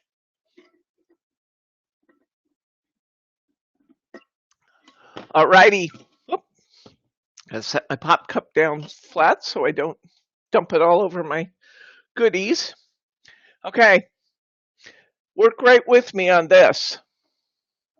Oops, Diane. Okay, let's give you a minute, Diane. Do you need some instruction or you just need to catch up?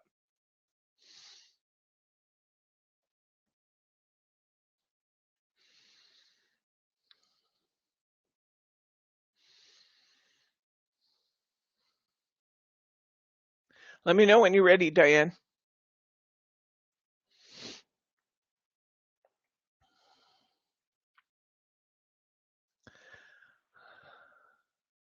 Woohoo!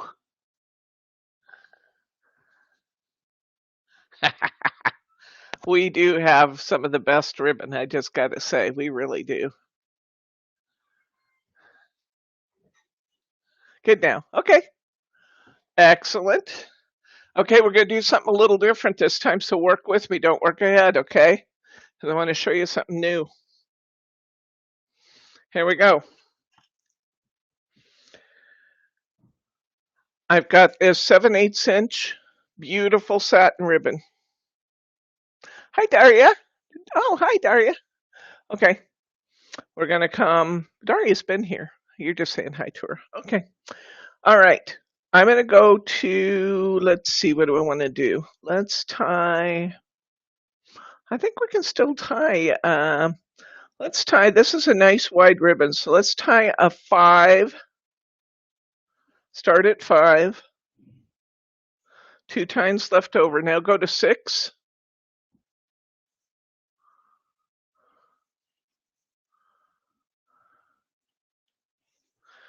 Now go back to 5. I know it feels like a lot of ribbon on your comb, especially on these smaller combs. It's going to be okay.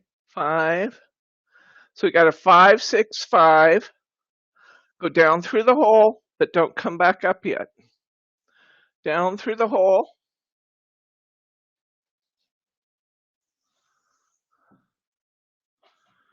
Up. Now, if you don't have a sharp point on your ribbon, go ahead and set your bowmaker down for a second. You're not going to lose anything by doing that.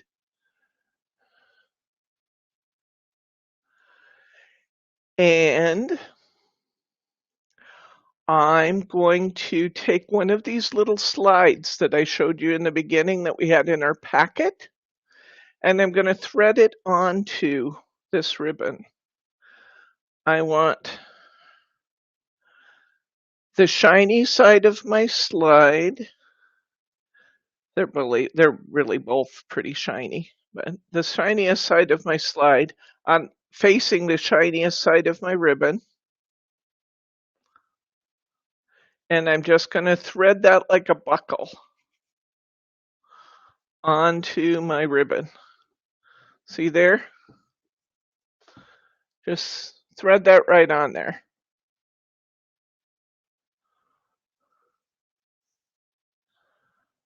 Okay.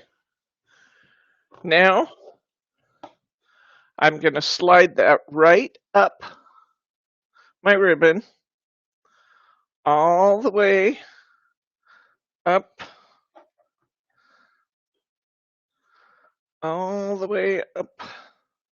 Might try and slide around on you. You want the shiny side out.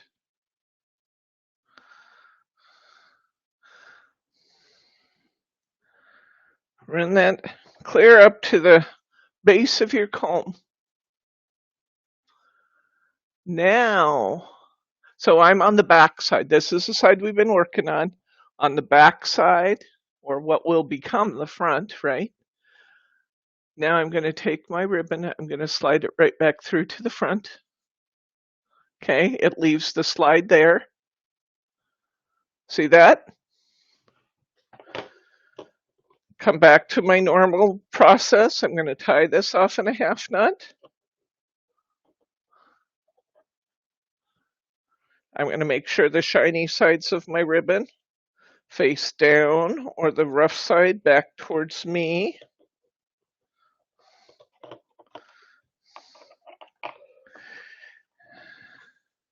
You might find that with this ribbon, it's a little harder to pull it tight. That's normal. We're going to slide this off. Part of what's doing that is the ribbon slide. We're going to pull it off, and then we're going to tighten it some more. So you'll grab the left-hand side of your ribbon, loops, and pull with your right hand.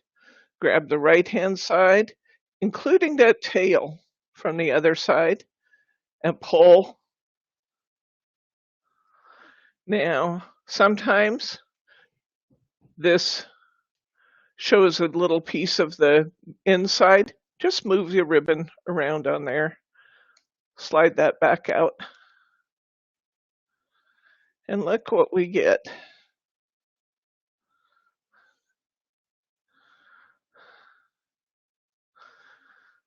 I'll tell you, I usually don't tie satin ribbons until I'm ready to use them because they will work themselves loose. We're going to do it today because it's bow class.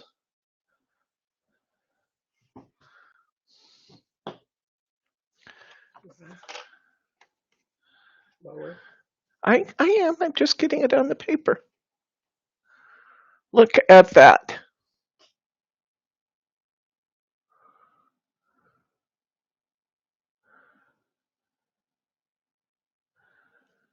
What do you think?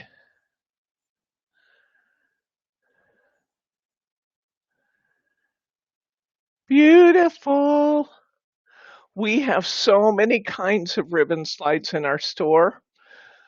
We have these little inexpensive ones. This is like, I think they might be like 25 pieces for $3.99, something like that.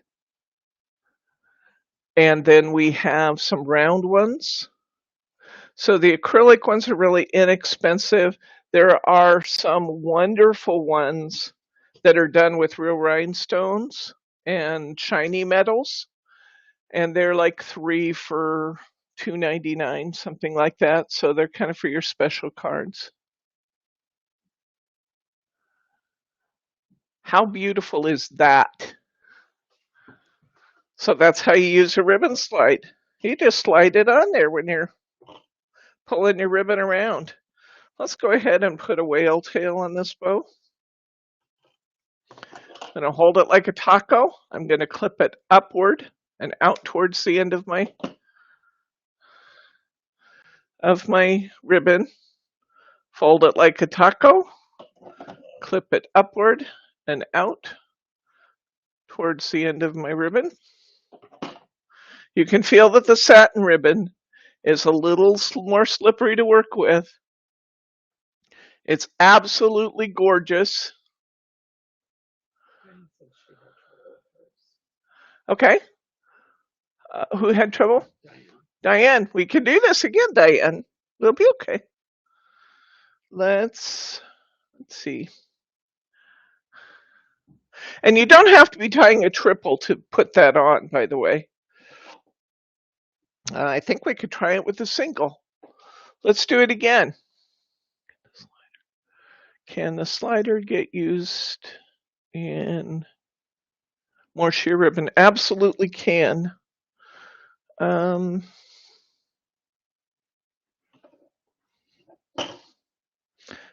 this would be pretty. Grab your purple organza ribbon. Grab your purple organza. Let's slide it into your bowmaker. How are we doing for time, hon? We're an hour and 45. Okay. Let's do a 5-6-5 again. Well, let's do a 4-5-4. 4, 4, oops. 4, 5. You guys all comfortable with this part, right? 5, picking up just the one tine, 4, 5, 4,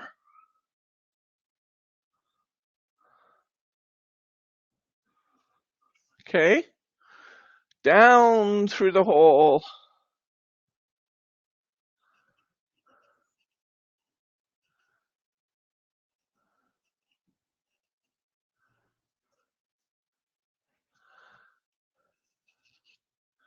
down through the hole. Don't bring it back yet. Let's slide that ribbon slider onto this ribbon. It sometimes helps if you cut your ribbon to a little finer point on the end. We're going to put this ribbon slider on here. Nice thing about this is it's non-directional ribbon. That's one of the really nice things about working with organza. You don't have to keep track of the front and back. Unless it has satin at the edges. Sometimes it does. If it has satin at the edges, you still have to follow the front and back. Slide this down. Way down your ribbon. Down, down, down, down, down. Keep it going down to the end of the ribbon. Flip your bowmaker over so you actually temporarily are looking at the front. Slide that ribbon slide down to where it sits right at the base of your bow. Okay.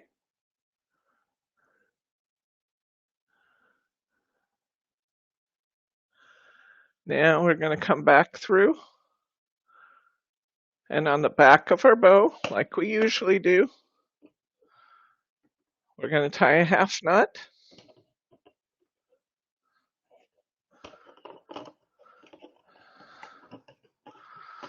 Gather it enough to pull the ribbons in, and not as much as I did there, because you kind of want the ribbon to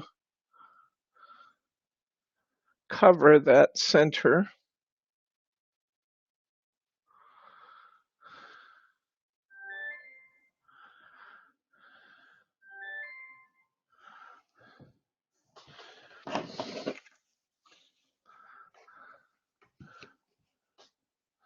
This looks really beautiful on white, by the way.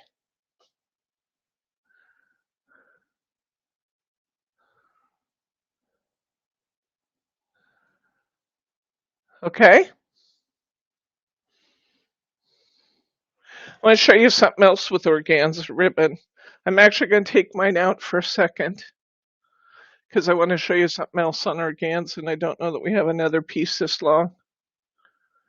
So I'm going to take my bow out. I'm not advocating you have to do this because it's just kind of a demo, not a real lesson in this.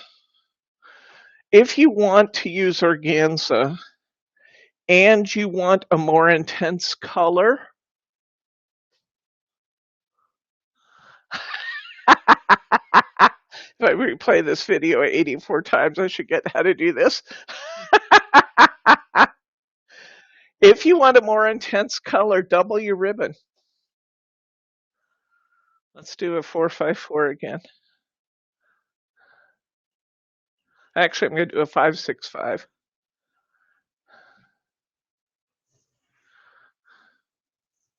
You don't have to take yours out, guys. You know what I'm doing. I'm just going to show you how much more intense the color gets when you double organza.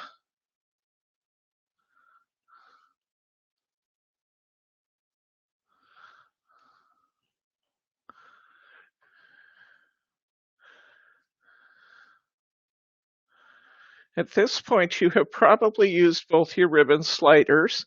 So if you have a piece of organza left, go ahead and tie up an organza bow without the slide.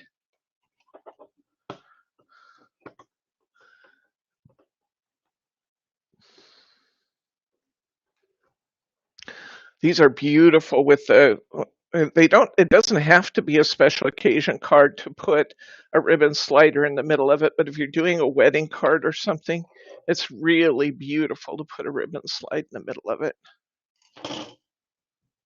Look how much more intense the color becomes when I double my organza ribbon. And all I did was just double it, guys.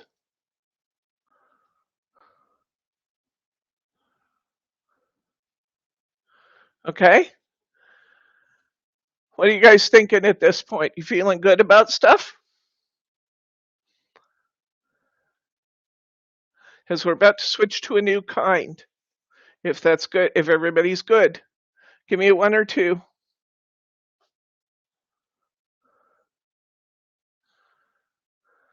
Isn't that rich?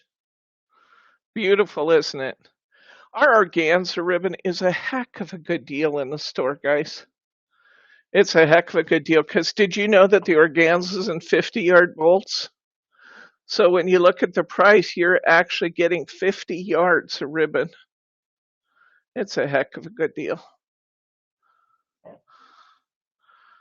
Remember, if you want to straighten up your loops a little bit, or one side's a little bigger than the other, just take your scissors, put them in there and pull a little bit.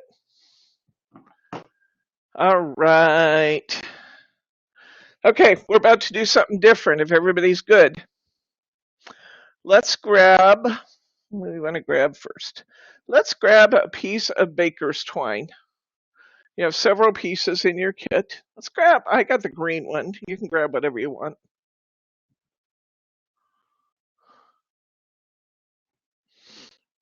Usually, I cut that longer before.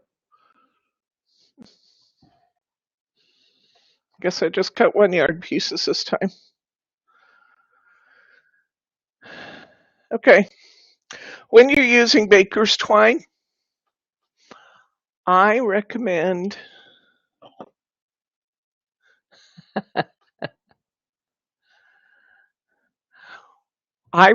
you double baker's twine when you use it. The reason why is that it's easy to break when you go to tie it off.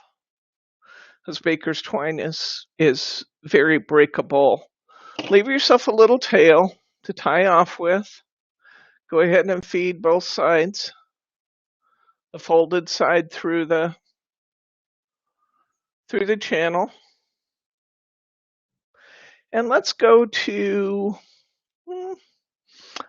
4.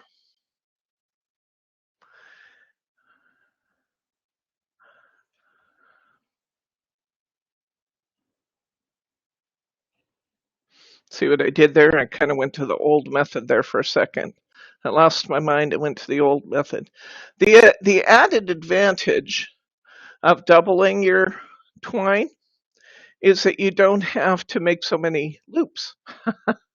Because you're going to be making double loops every time, right? So go to 4, do a third one at 4.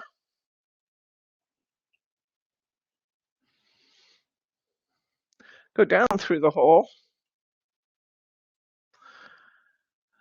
Come back up. Tie it off. Good night, Wanda. Good night, Wanda. See you on the rerun. I got my ribbon stuck in my little channel holder. Come out of there. There we go. Okay. And while I was doing all that, I lost one of my ends. Yeah, come back through there. There we go. Okay. Now this is when you got to really watch your center point, because it will try to slide away on you as you're tying. It's on my left. Okay. Tie a half knot in the center here. Pull it pretty tight, because you got a lot of strands in there. Slide it off your bowmaker. And this is the one that in my description I said, I think this kind of looks like a little butterfly. You can kind of spread these out. And I love the way this looks. Kind of looks like a little butterfly.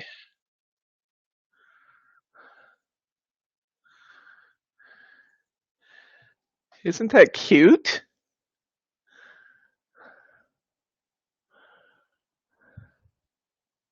Hi to Mary G.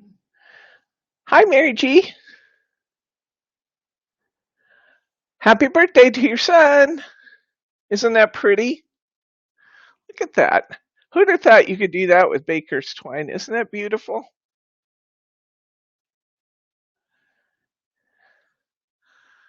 Okay. Let's try tying 2 at once. Grab your orange and your brown baker's twine.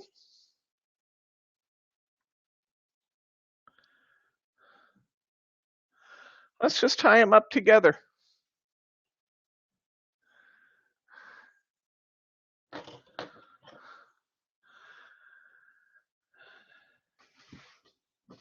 Now I actually have 2 layers here, right? So I don't actually have to double this one. I'm going to 5. No, I'm going to 4. I'm tying at 4, and I'm just going to keep tying till I run out of room to tie.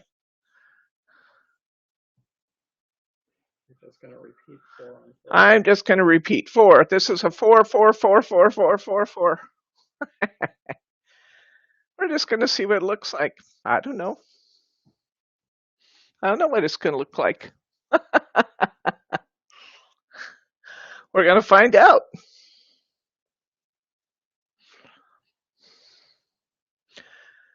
Just keep making loops. This one might have been better if I'd done it just a little bit wider. If we don't like it, we can take it out and do it again. One more loop, I think. It might have been a little bit or wider. Let's see. If we don't like it, like I said, beauty of a bow maker, just take it out and do it over. Pull the baker's twine out again. Hey, for some reason it wants to stick right there in my channel. Make sure I got it at the middle.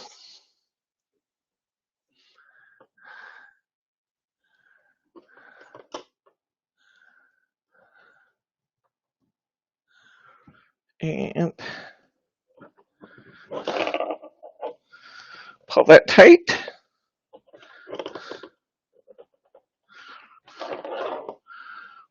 Let's see what we get.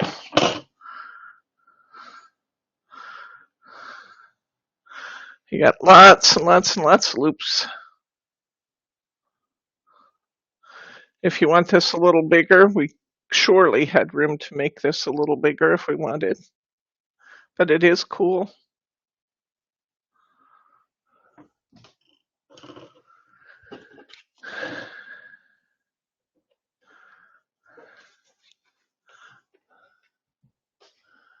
Lots of loops. Loopy bow.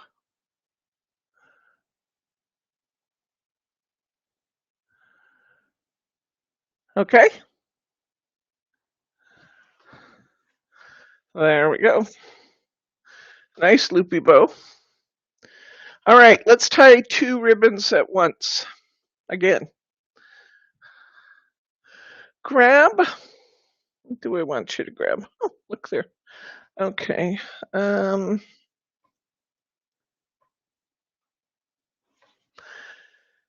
let's just tie these 2 at one time. I have a satin and I have a grosgrain. Now let me tell you my little grosgrain thoughts here. I don't generally love grosgrain ribbon with a bow maker. Why? Because grosgrain ribbon tends to tie a really bulky bow. But there are 2 kinds of grosgrain. There's the really stiff stuff that I really don't like. And there is the softer, more pliable grosgrain, which is a little better. Just layer the satin and the grosgrain together, and let's try this.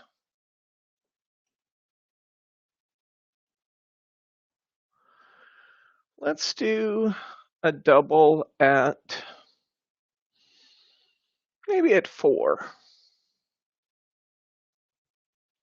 Now this doesn't just have to be satin and grosgrain. This can be whatever we want it to be. I'm just tapping to pick up those 2 ribbons. We can use whatever we want. You can experiment. That's the beauty of it. And if you don't like it, you take it out and you do it again.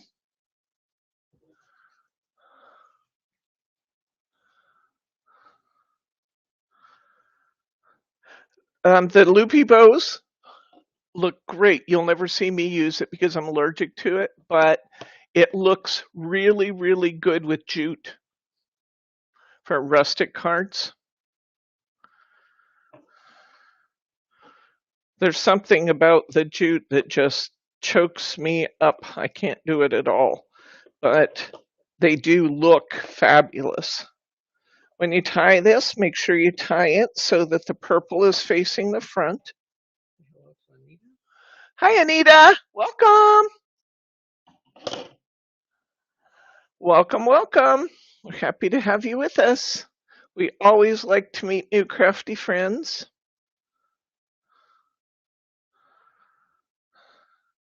So we have an interesting look here. If you're having trouble with it, trying to pull when you're tightening, you can use your scissors to aid you in keeping everything kind of even. My whole point here was that you can tie with multiple ribbons. Some are easier than others. Grosgrain, because of the bulk of it, gives a very different effect than, say, satin and organza would.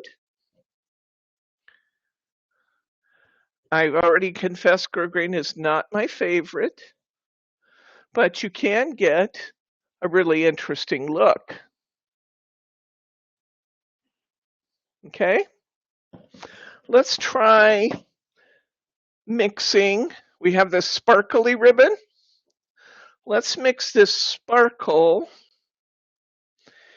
And we still have a nice, let's see, we have a nice piece left of this satin, I think. Does everybody still have this satin left? Let's try mixing these two and see what we get. We got this kind of unusual sparkly material and this pink satin.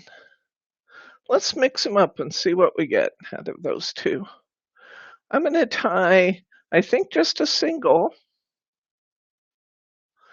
at, oops. Makes a difference what your bow is going to turn out with by which ribbon you put on which side. Of course, yeah. If you don't like it one direction, try retying it going the other direction. I usually tend to put the smaller of the 2 ribbons on the top so that you see the other one around the edges, but you can do it any way you want. You're not going to see the sparkly ribbon as much. I am, because I'm going to pull it out the sides a little bit.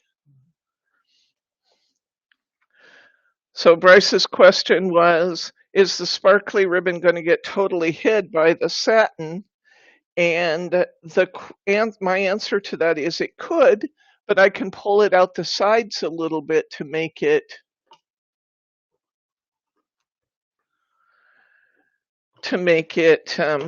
show more.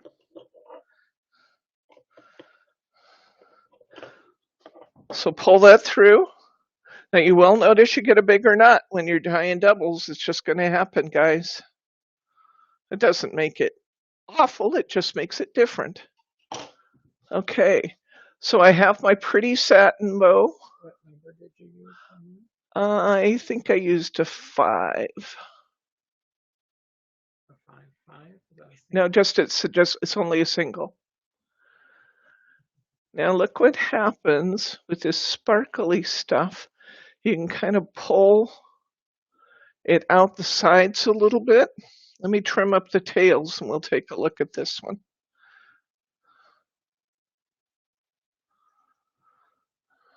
go ahead and I could do these one at a time or I can do them together. Doesn't matter as long as they're even.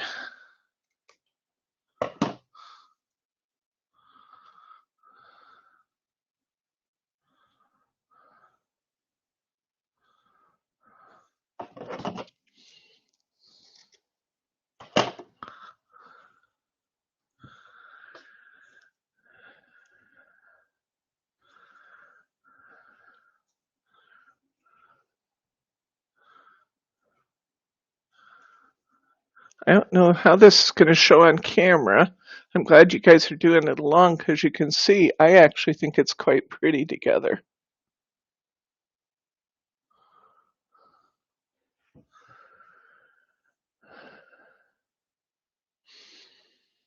What's the cost of this bowmaker?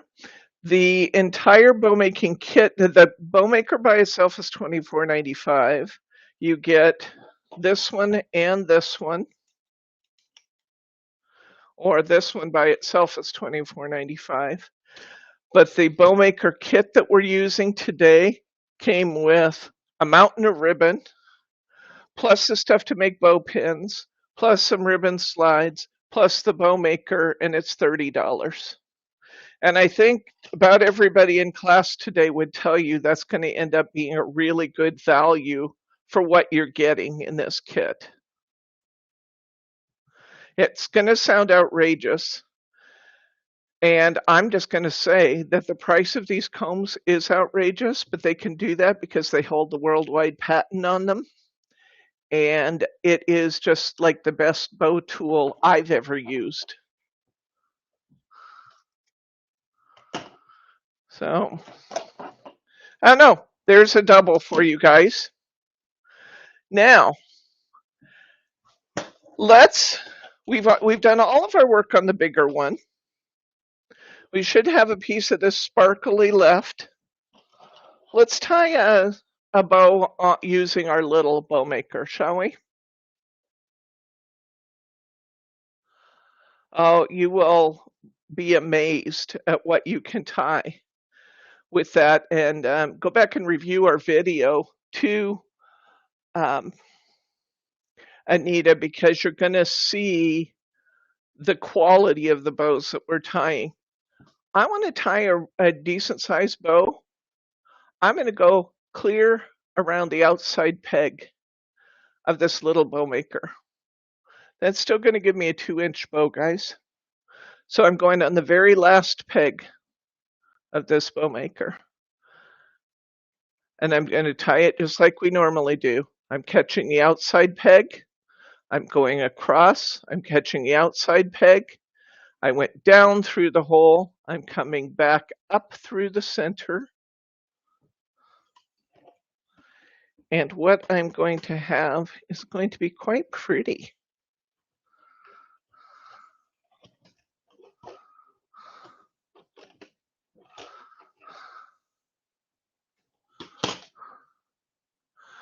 And I'm going to end up with a pretty, very pretty, single, sparkly, organza style ribbon.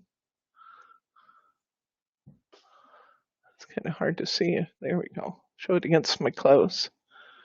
There we go. All right. Let's see. We still have this piece left. We need to show Anita how beautiful our bow maker is. Let's try a multi ribbon or a 454 using our little bow maker. Go one peg in with our crepe. Come across the top. Go around the outside peg. Come back. Get that 4 again. Grab the 4 again. Go down through the center. Pull this up. Come back in between the double ones. This will all make more sense when you watch the rerun, Anita. Tie this off.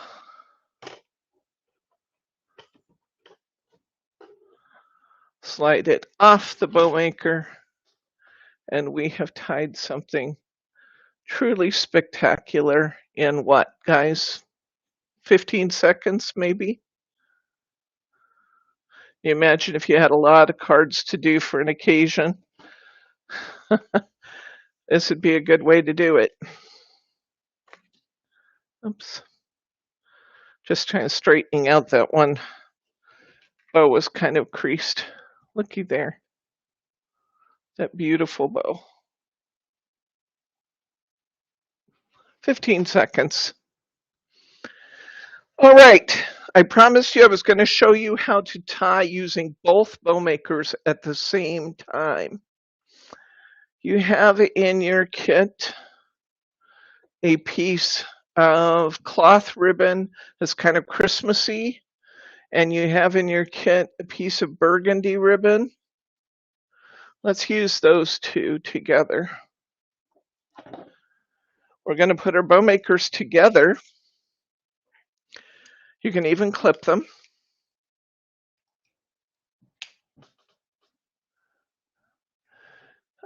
I saw a question there. Can you do? My eyes need to be rubbed.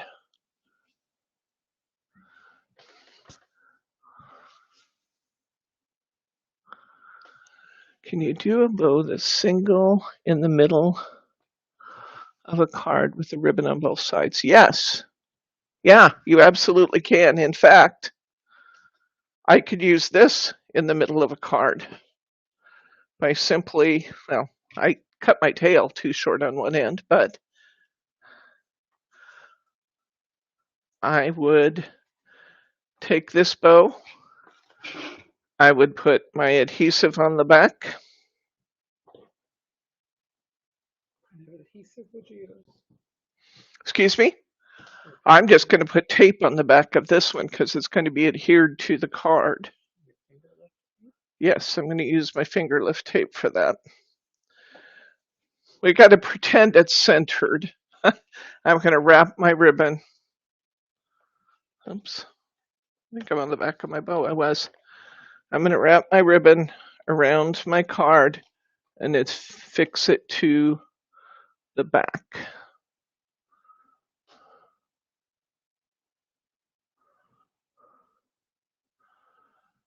Okay, do a single bow in the middle? Sure, I can do that. Here, I got this one. Let's do this. I grabbed the red bow maker just for the sake of argument. You just want a single, right? Okay, a single bow. I'm going to go one, pick up peg one, pick up peg one. I'm going to go down. I'm wrapping just around one tine. I'm coming across and I'm wrapping just around one tine. I go down through the middle. I'm going to scooch this up onto my bow maker. I'm coming back through from the back to the front. I'm going to tie this in a half knot, just like I was going to tie my shoes. And as I do that, I'm going to make sure that on this particular ribbon, the back side is solid blue. So I'm going to turn it so that the blue side is toward me. I'm going to slip this off. And what I have is a single bow. I can pull these tails any way I want them to go. I've got a single bow in the middle of my ribbon. I wrap it around my card. Most of our cards that we tie, Anita, have layers. And you can, I'm going to say you're going to start with about 18 inches of ribbon to do this one. Depends on how big your card is. That's absolutely right. But you're just going to put tape on the back of this. I use finger lift tape, but you can use other things to adhere it. I'm flipping over this layer of my card, and I'm bringing my tape on around to the back and securing it here because it's got tape on the back by now, remember? And then when I layer up my card, when I put this on my other card layers, my work is going to be hid in the sandwich between the two.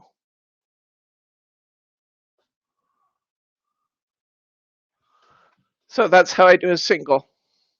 This, by the way, is really cool ribbon, guys. It's polka dotted ribbon. It ties up really pretty. Okay, we're doing a really good job of getting through a ribbon pack today. So now I'm going to go back to tying a bow on both bow makers. I'm going to start with the little one first. And I'm going to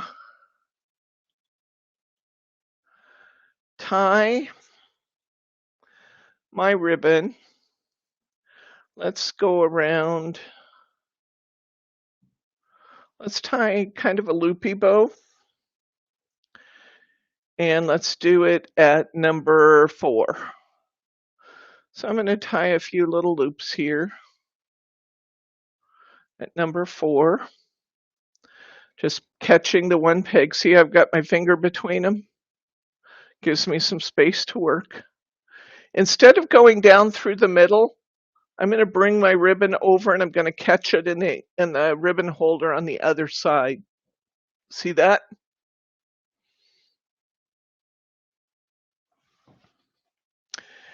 Now I'm going to tie my other bow. I'm going to catch my ribbon. Probably leave a little bit extra there for tying. And I'm going to kind of put my finger between them again. And I'm going to, let's see, that was at a 4. I think I'll make this one at a 5. And I'm going to tie a couple of layers of my ribbon here.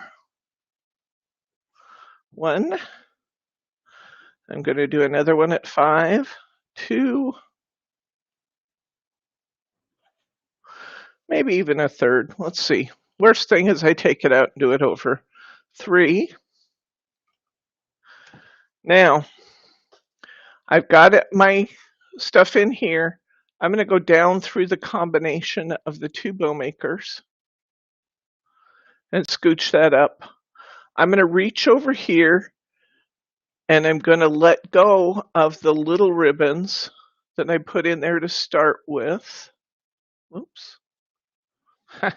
They already let go on their own. I just got to make sure they stay on the right sides. Okay, I'm going to let go of those ribbons. I'm going to take my ribbon from the back bow maker and I'm coming right up the front of the double. And I'm going to come through at 0 on both combs. How crazy is that? I'm going to unloose this, my catch for my bigger ribbon of the 2. I'm going to tie a half knot.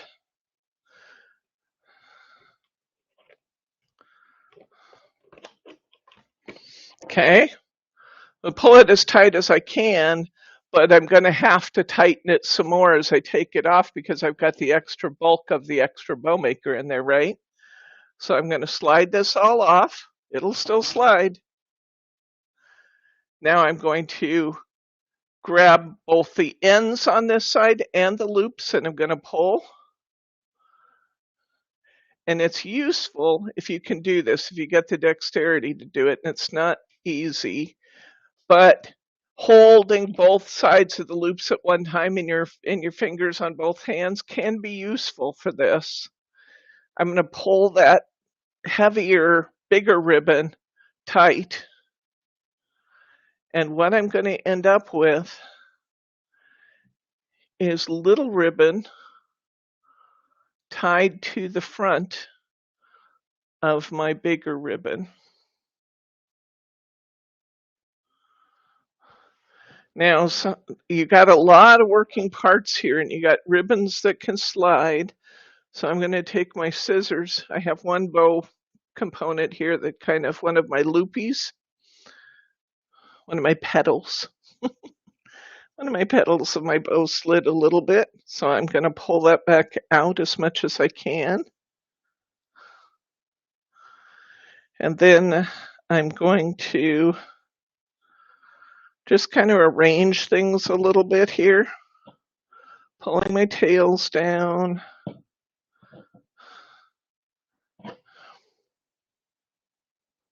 This one you kind of blow them away with. I think we're going to need a repeat. Well, you're not going to start doing this one, guys. Let me just say that. This is not a starter project.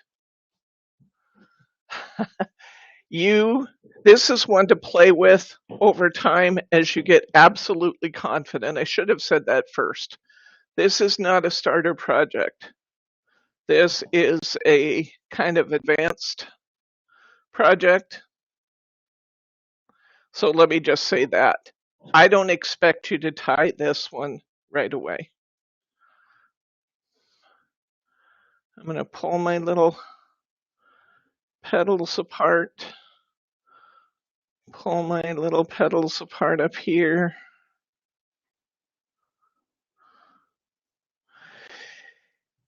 And this is something that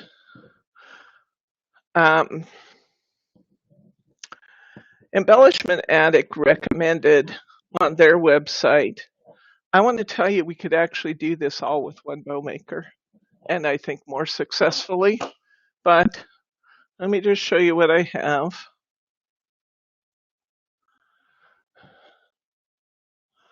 I have a bow that combines the little bows and the big bows.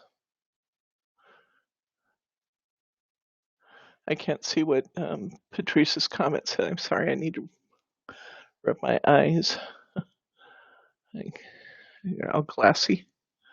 Redo it again. Okay. Two totally different colors. Two colors combined are hard to see. Okay. Well, there's that one. I take my headset off for just a second. Really rub my eyes, guys. I can't read your comments anymore. I know we're not supposed to rub our eyes, but I'm around no one with COVID, so I did it anyway. Oh, that's better. I can see. Oh, my glasses. You know, my glasses are pretty clean. Oh, that's better. Okay. All right. Yep, I'll do it again. Two very different colors.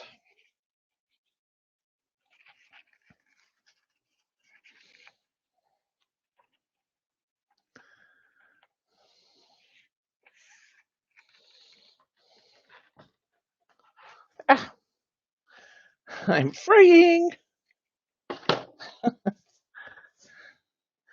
Okay.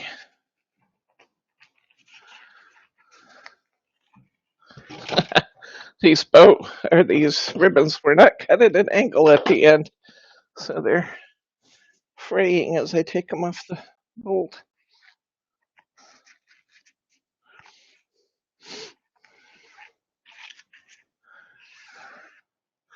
All right, let's try it again.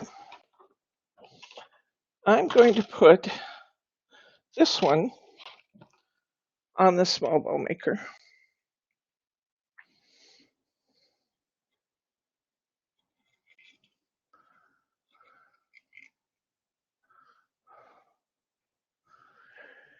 And let's put a couple of layers here.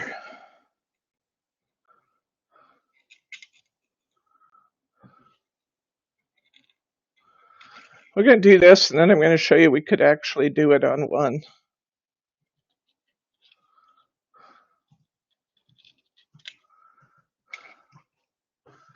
Okay, whoops. Is that double at 4? Yeah.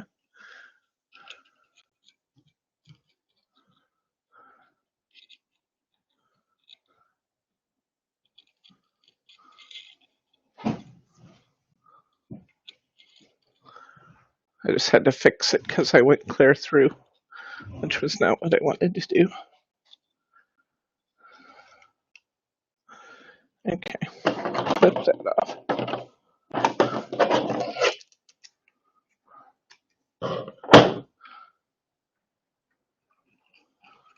Let the little thing hold it for me.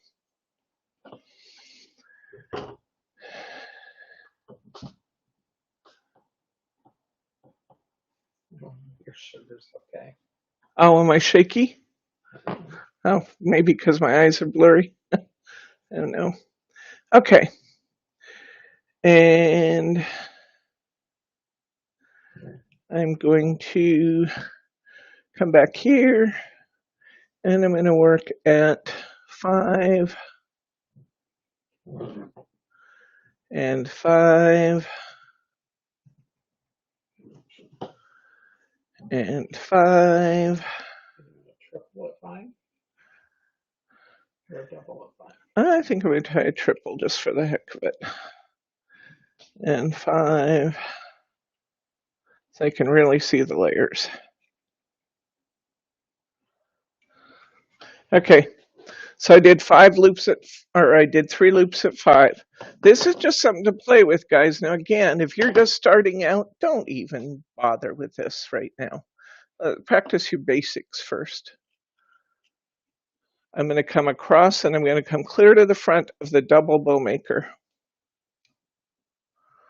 I'm going to come to the back. I'm going to loose these ties.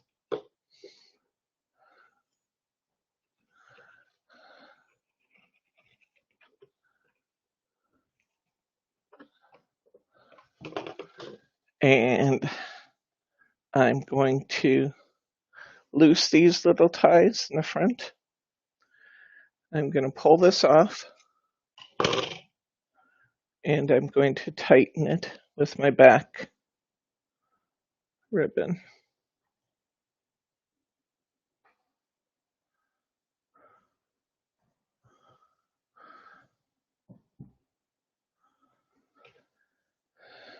Say goodbye to Pam. Goodbye, Pam. See you on the rerun, friend.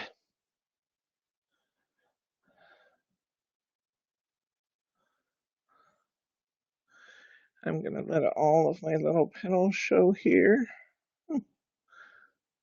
There it is. Let's say I'm missing one. I'm not.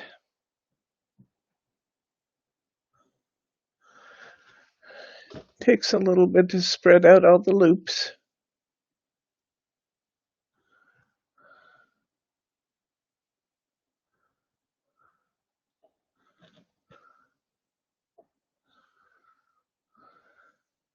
I got a lot going on here.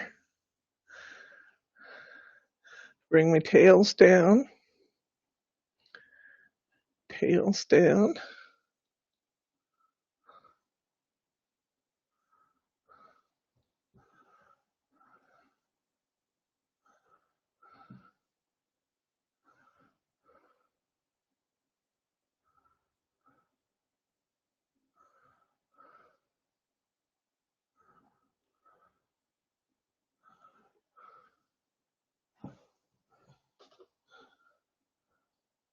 My colors, I thought I was choosing very different colors, but on camera, they seem to be similar, don't they? Mm-hmm.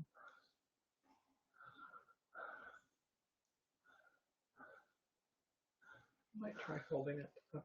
Let's switch cameras and see if the big camera fixes it differently. Oh, yeah. There we go. Now, I would probably spend a little more time fluffing this, but you can see the colors on this camera, so that's good.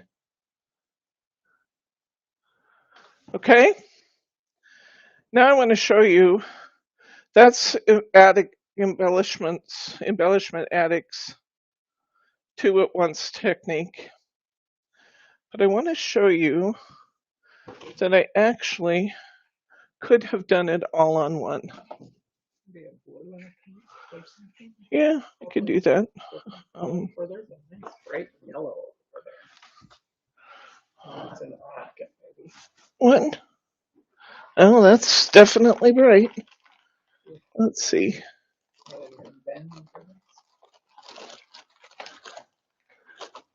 Orange in that bin, that would be. We're going to get some color to this when you want to see color. Oh, howdy, we're going to have some color. We're going to do this. And then I think we're going to look at printed ribbon. And then we are going to work on our card. I'm going to do it all on one, guys. I'm going to start with my pink. And pink it is. It is fuchsia. I'm going to start with my fuchsia. And I'm going to go at 4. 4. 4. I'm going to put my smaller ribbon on first. 4. 4. Thumbs up. Thank you. Thank you, guys. Thank you. Okay.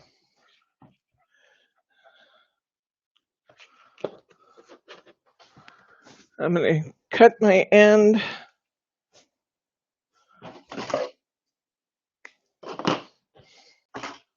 I'm going to use this aqua and that fuchsia. I'm going to put my ends in these little extras. Okay. Now I'm going to tie the fuchsia across the back. I think this is easier than their way because you don't have the extra that you have to work out between the, you actually have extra space in there that you have to kind of recapture when you do you have the bulk of the double bowmaker. I'm going to do a triple in this aqua color. What did I just do? I cut something I didn't mean to.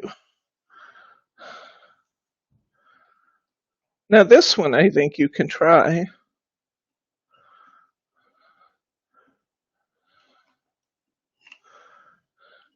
But by using the double combs, you can actually, if you're crazy enough to try it, you could use up to 4 ribbons at a time. Oops, I didn't mean to hook that this time. I'm going to go down through the center. So I put in my fuchsia at 4. I'm putting my aqua. I've just taken the end, instead of going through the center with my fuchsia, I just took it and hooked it into the right-hand side in the ribbon holder. Now I'm going to come down. I'm going to loose my aqua ribbon from the ribbon holder at the bottom. I'm going to tie this off. Pull it tight. Slide this off. This is what it looks like on the front of my comb. I'm frozen.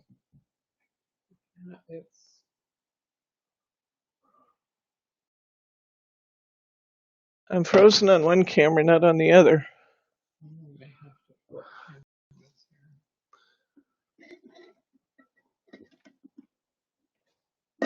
Caught me having to drink a diet soda. Okay. Our other camera froze for some reason, so we moved to this one. Okay. I went back, it looks like. No, I'm not. That one's.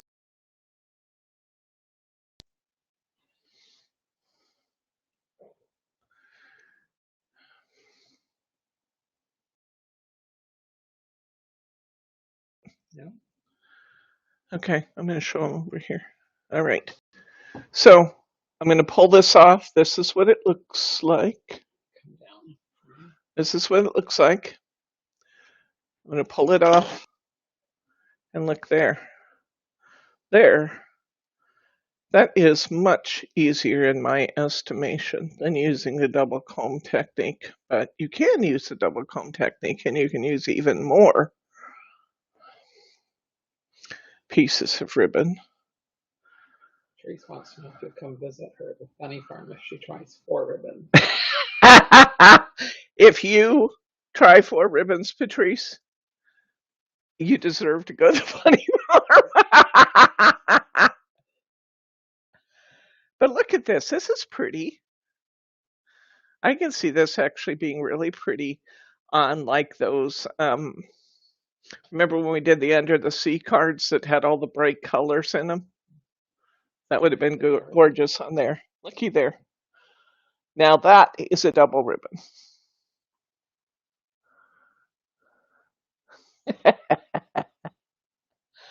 So you can do double ribbons. Did you guys understand what I was doing there? Does anybody want a further explanation, or are you guys good on those? That was tying two on the same comb, which I personally think is way easier. You can do the other one, but this one's easier. I was also using much easier ribbon, to tell you the truth. The organza ribbon is just so easy to work with and forgiving. Yeah, want me to explain again? Sure. What I'm doing is I'm tying my bow in 2 layers. I'm going to put on my first layer in this pink.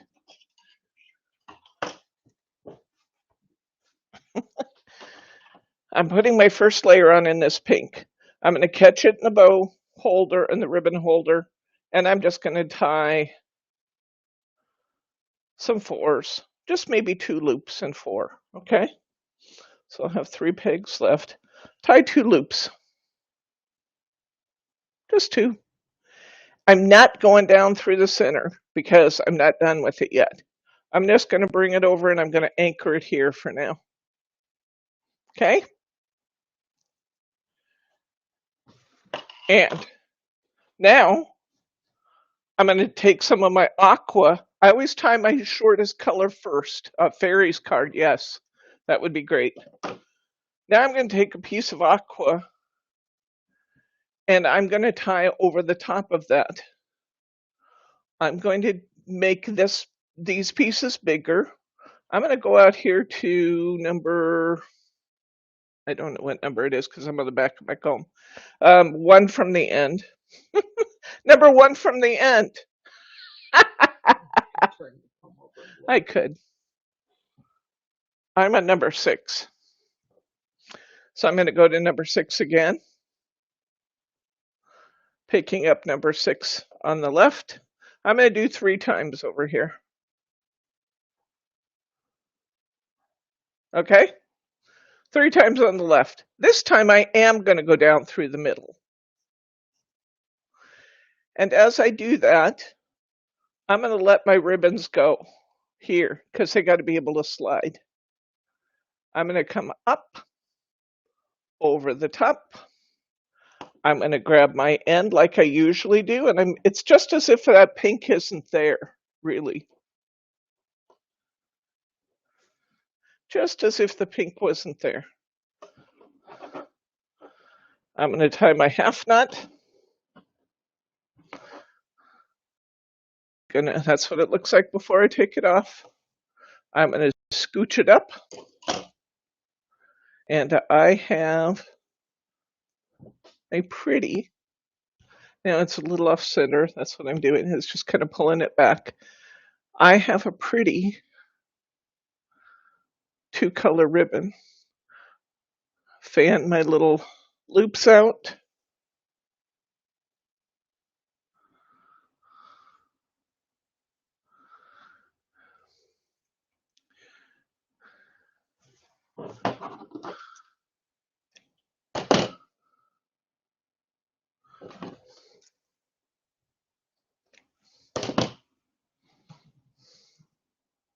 How's that?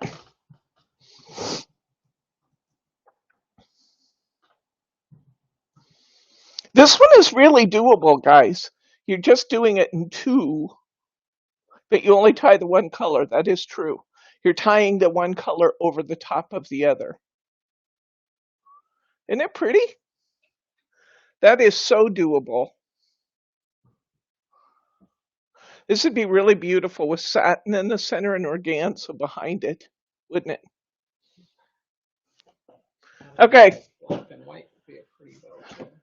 I want to talk about this just for a second. There's lots and lots of printed ribbons out there. In fact, I gave you an over-the-hill ribbon in your card kit. If you decide to send me a birthday card, this would probably be appropriate. I don't like to tie with this stuff because you can never get the words to come out just right. What I recommend to you is that you use this ribbon. I don't want that great big one. I had a piece here a second ago. What did I do with it? There it is. I recommend you use the word ribbon as your background piece so you can position it so it's readable and tie a solid bow to go on the top. That's what I would do. It's up to you. You can try it.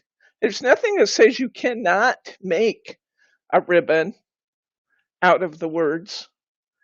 It just doesn't look as pretty, I don't think, as the solid ribbons do. It probably could. I just like to use a corresponding color. I like the printed ribbons. I like the messages on them. I think the Go for the Hill, I would give somebody that. I would deserve to be getting it back because I would give somebody that card because that's just how ornery I am. But how much prettier is it to tie a little pretty solid bow, which I did not get my knot straight in. So I've given you lots of time to catch on to this technique of sliding your knot down. I repair my bows, and if it doesn't look good when I repair it, then I just do it over. Good night, Susan. Nice to have you with us. Be sure to give a thumbs up if you haven't done it yet, guys. Excellent. This happens to be grosgrain I'm working with too, which is a heavier ribbon, but it will look very pretty when combined with a word ribbon. Now this, I think, is prettier. I do something crazy too, like put my bow at an angle. I can do that. And see, that looks great.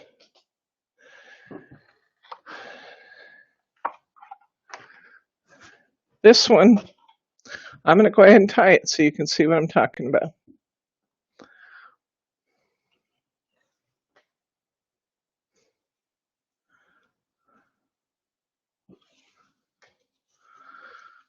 This one, unless you're a mathematician to work out the details of getting your words on it just right, right side up and all other things, it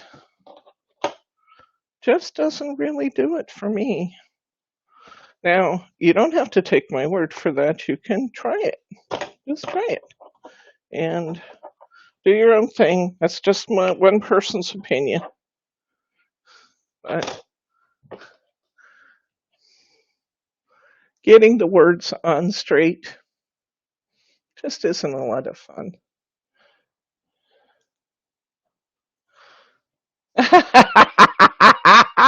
Did you see Kathy's message back about my being over the hill? When you're over the hill, everything's a little crooked. That isn't bad. That isn't bad, but it just...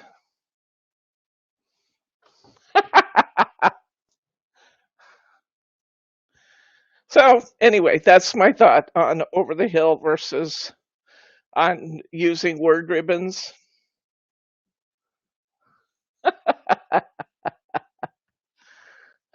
Exactly how old is over the hill? I'm wondering now. I think you're as old as you feel. I think I'm over the hill.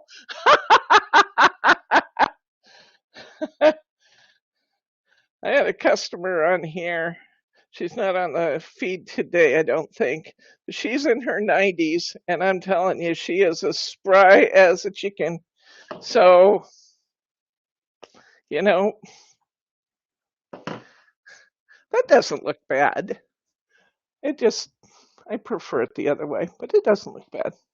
Okay. All right. Look what we have left. We did a really good job of using up our materials today. We got this little bit left. All right. Let's get our card done, shall we? Did you guys enjoy that? I hope you enjoyed that. I realized last night that we didn't put any stickers into their cards. Oops.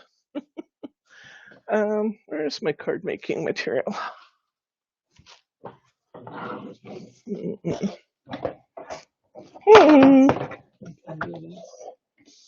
Oh, maybe. Yeah, thank you. Okay, in your kit, you should have a piece of decorative paper, which you might recognize from your explosion boxes. I cut all those papers up. I had stuff left over. I made your kits out of them. Okay, move my envelopes out of the way as normal. I'm going to measure this. I don't usually measure, as you know, but since I'm going to be wrapping ribbon around part of it, I have to decide which way I want my card to go on. And since I'm going to be wrapping ribbon around it, I don't want to anchor it down yet. So I'm going to cut this to the side of my card. What did Sharma say? Sharma said over the hill is better than under the hill. That is so true. So very true, my friend. Oh, I like the way you think. Okay, cut it down to the size of my card, which is 4 1/8 by 5 7/8. So that's good. I'm going to turn mine so that my big flower is in the lower right-hand corner. Yours may be positioned differently than mine, but I'm going to put mine so that my flower is in the lower right because I want to work on this area up here. That on my way now. Get these out of my way too. Okay. I'm going to tie myself a bow for this card out of this piece of burgundy that we put in your little packet. I'm going to tie myself a 515. It's not that number on our comb. I think it's a 454 actually on the little comb. But I'm going to tie myself a 454 ribbon. Turn my bowmaker the right side up, not that it matters much. I am going to be wrapping this around the corner of my card. Therefore, I need to allow myself a little tail on the end. I'm going to come around here. I'm going to catch the number 4.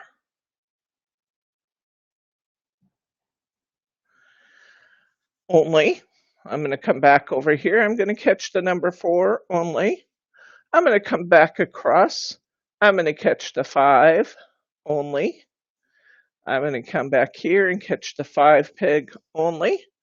I'm going to come back here and catch the 4 peg only. Catch the 4 peg only on the left, down through the hole. I'm going to shimmy that up a little bit with that piece. I'm going to come through between the 2 number 1s. I'm going to tie this off. If it feels like I'm going way too fast, we've reviewed this enough that you can go back and you can pick those up really easily. But we're going to tie ourselves a nice bow. Is everybody good on that, or do you need me to do it slower again?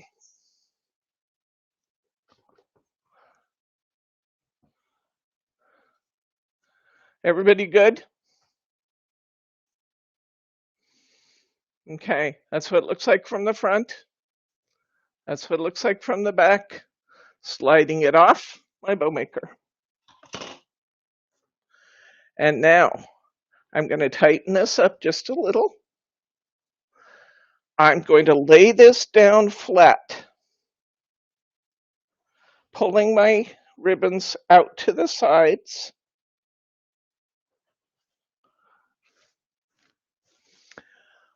I'm going to get my finger lift tape.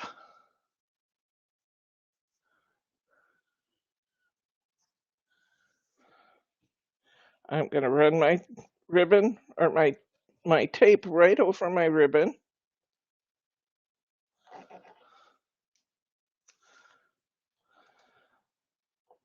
Now, when you go, I got a little ripple in my ribbon, and that will show. So if this happens to you when you're putting your ribbon on, take that tape off, straighten it out, because that little ripple won't go away. So I'm going to lay it down again without the ripple in it. There we go. Lay it out flat. Rub that ribbon or that tape right onto that ribbon. I'm going to tear my tape in the center and pull it back both directions because it will try and lift if I try and lift it off the ribbon from the ends. So I'm going to take my tape off. Now, before I put it to my card, I want to build myself. I do have to figure out where I'm going to put it.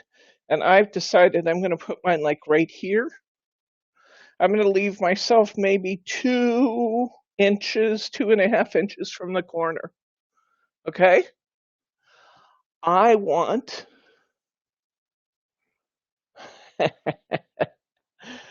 I'm going to build myself a little foam bridge here. Right here where I want my ribbon to go, I'm going to put some foam squares down. I'm going to build a little wall. That one I got spaced a little too far away, so I'm peeling it up and putting one right next to it. I want them right next to each other.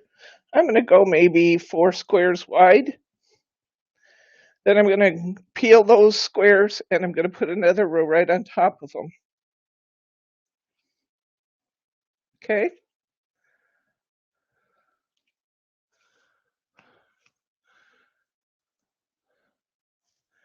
And I'm going to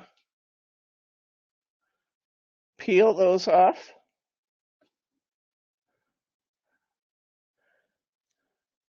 I'm just going to build myself a little wall here, build a bridge.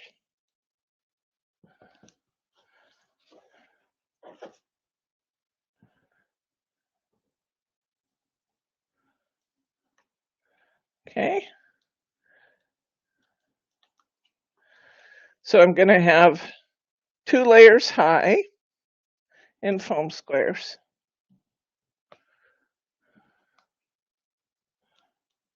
There we go.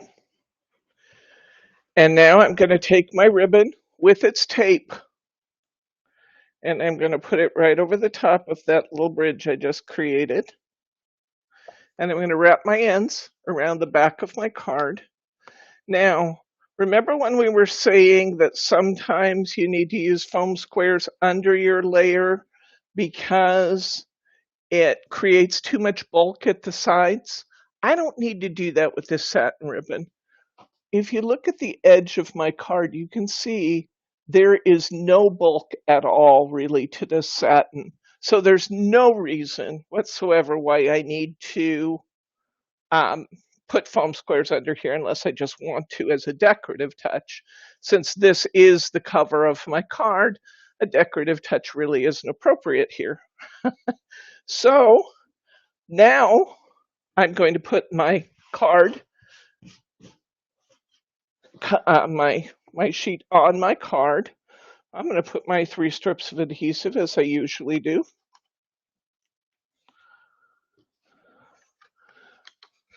I usually put a greeting in with this card that you can put on, a sticker greeting, but I forgot. So you can stamp one or use a sticker. It's okay. Maybe you don't want one on this. I'm going to pretend you didn't want one because I just forgot. I'm going to put my face on my card.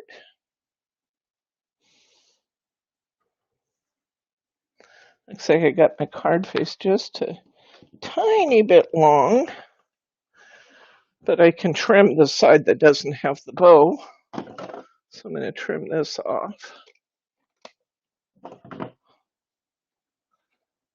That looks beautiful. I'm going to grab my bow pins we made. And what I like to do with the bow pins, if the length of the bow pins is going to bother you, you can always go in and clip them after the fact. I never do. I can tell you that to me it feels like berry stems, and I don't clip them off because berry stems have stems. If it bothers you to see the pins hanging down from your bow, there's no reason why you can't take your scissors after this is dry and go back in and clip them. I put a little bit of glue on my stem. I just stick it inside my glue bottle. I don't probably have to do that. I just do because it makes me feel like it'll stay in better. And I'm putting my bow pin right through my wall and under my bow.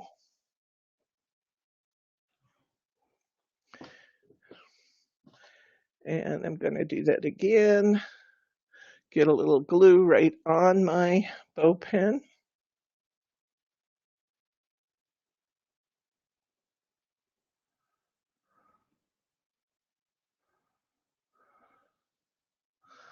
I got a little glue on there. I'm going to stick this into my foam wall that I've created. It's going to go right through. Sometimes I use 2 bow pins, sometimes I use 3. I'm going to use a third one on this because I made 3. Don't have to use 3.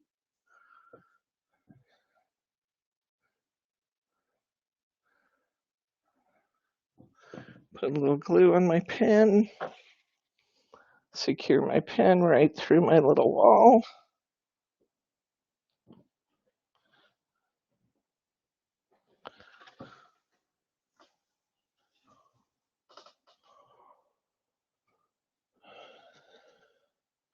These can be trimmed off if they bother you. They don't bother me, but if they bother you, you could trim them. You can actually have your bows pins standing a little taller in the corner if that suits you.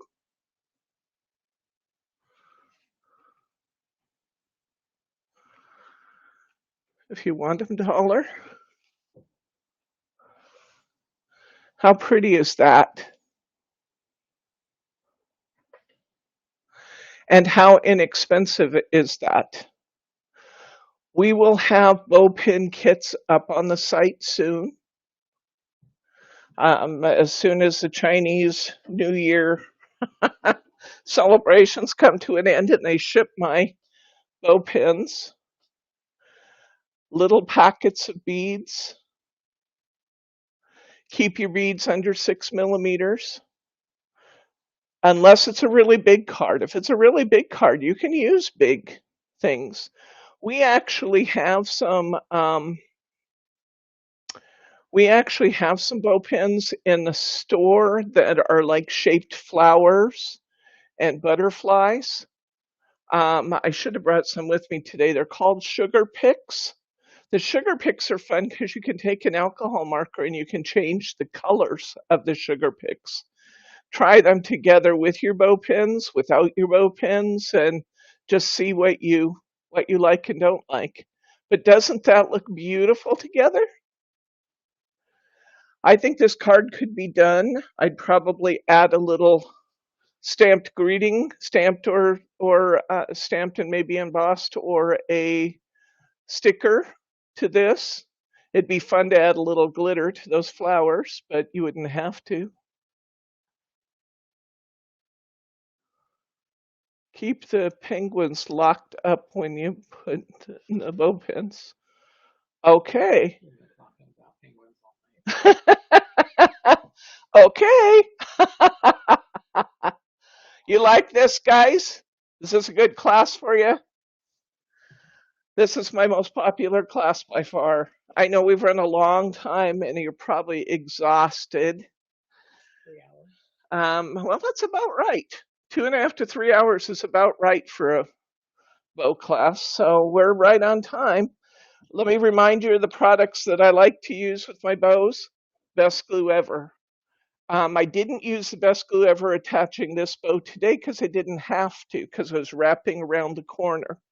But if you are gluing your bows onto your cards, there's nothing better than the best glue ever to do that because it comes out in a liquid form, it dries into a glue dot, it grabs all those little fibers in your ribbon, and then it sticks firmly with the glue dot part to your card. When you're using the best glue ever, don't put your bow on until it's completely dry. You know it's dry because you need to wait until it's totally clear. When it's totally clear, you know it's done. So best glue ever. That's the tool. Maria has a question. I use the Crystal Lacquer 3D Glossy Accents Crystal Lacquer, something of that sort for your bow pins. I love the way that it tries to, or that it holds those bow pins. It's completely, totally, and completely clear, and it does a good job. If you don't have one, save yourself the agony of trying to get clean cuts and get yourself a scissor sharpener. It works great with my cheap Scotch scissors. I pay $5 a pair for these and I use them for years. I've been using the same scissors for all of these classes that we've done this year in class and all the projects that I've been doing with them. I have a couple pairs of them here, but I use these continually. I dull them every week and I sharpen them every week. Save yourself some hassle and get those. Okay, there were questions. All right. Are the pins you use to clean your glue bottle needles or pins? I just use these super cheap. I bought a bunch of these reels. I don't know if we have any left in the store. At one time, I had these in the store. These are the worst pins in the world for sewing. They are totally and completely useless because they're dull. They're dull as anything, but they are perfect. They're nice and skinny, and they're perfect for cleaning the nozzles of your glue bottles. It doesn't matter if you use a needle or a pen or anything else, just anything that will fit down the nozzle and then, move it around good in there. And I just keep a wheel of these on my desk because I forever forget to put they'd be in sewing probably if they're there, or in with glue bottles maybe. Um, but I forget to cap my glue bottles all the time, so I'm forever running into having my glue dry in my little nozzles. But I love these glue bottles, so I just keep pens here and I clear them out every day. Every day. It's PIN. Is you putting in pen or pin? Try under sewing too. They might be there, but they're definitely useless. Totally useless for sewing. We may not have them in here anymore, but cheap pens. That's all they are. It's just cheap pens that have an end on them. Okay, let me see more questions. All right. What other questions here? We'll have the bow pin kits soon, and I will. Yeah, do not store your glue bottles with these pins in them. I do have some that can be used for that. I'm not sure they're in the store yet. I think they are, though.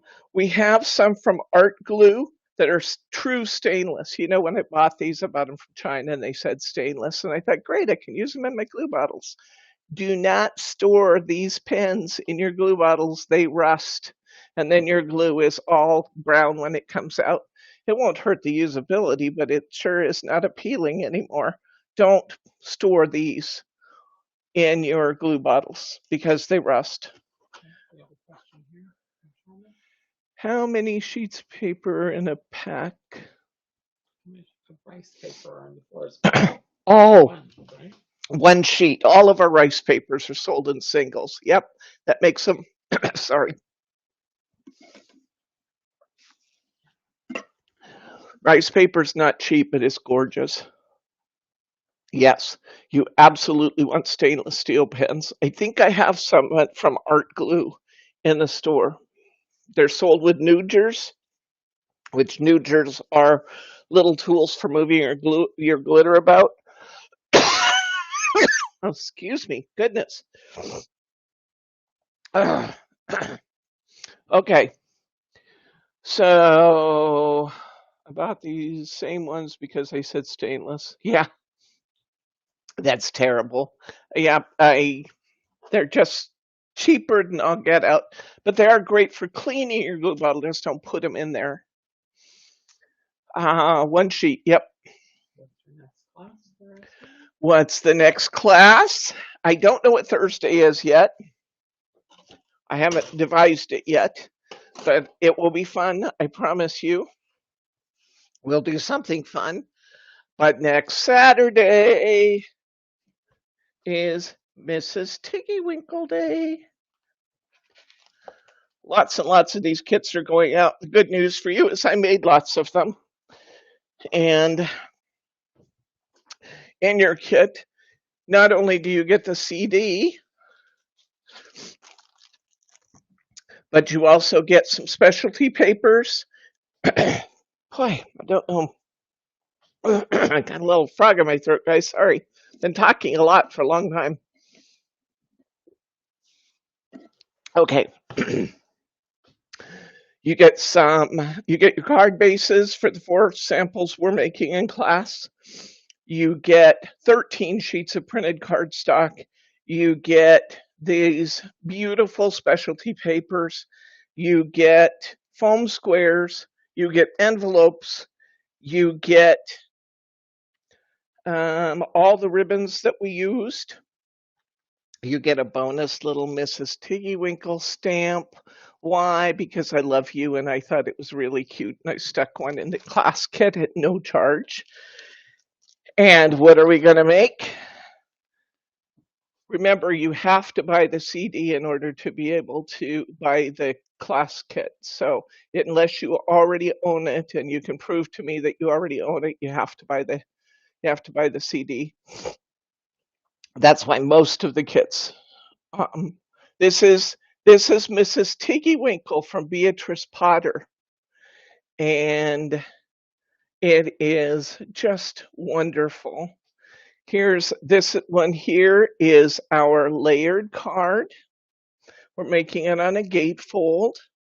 It's beautiful.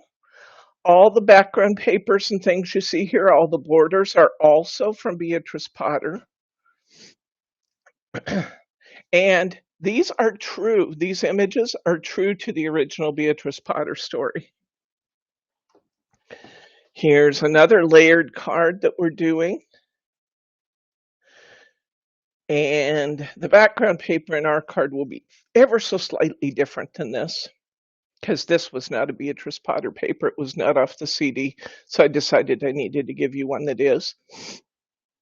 This, look at this. This actually has Mrs. Tiggywinkle on our insert paper. Did you see her there? And I actually printed thanks for all you do. If you didn't want that on your papers big enough, you can just do a 6x6 insert without that too, but I liked it. Here is our pyramid card. This is off the CD, as is the sentiment that I have down here. The Get Well Soon is off the CD. The background paper is off the CD. The insert paper is off the CD. The borders are off the CD. Oh, so pretty. And my favorite, here's our the sentiment is off the CD. This background paper is actually a border sheet that I used as background paper. And we're doing a waterfall card that basically tells the story of Mrs. Tiggywinkle in Beatrice Potter images on a waterfall. And yes, I will be teaching you how to do that. So this is next weekend. If you don't have your kit, get it now. You will be so glad you did. Not only are we going to be doing these 4 cards, I'm going to walk you through the CD so you can see all the features of the CD. And the beautiful Mrs. Tiggywinkle by Beatrice Potter. Questions, comments, or pearls of wisdom, friends and neighbors? Anybody? Don't worry, I'm not getting sick. I've just talked for a long time and a lot. So, any questions? Give you another 10 seconds here. See if anybody has any questions about anything. I love our card. It's beautiful. Beautiful. I really like what those bow pens do for your card. Just so pretty. So pretty and so much less expensive than buying them, I assure you. Okay, I guess that's it then. Let me say good night, Gracie. We will see you for What's New Wednesday.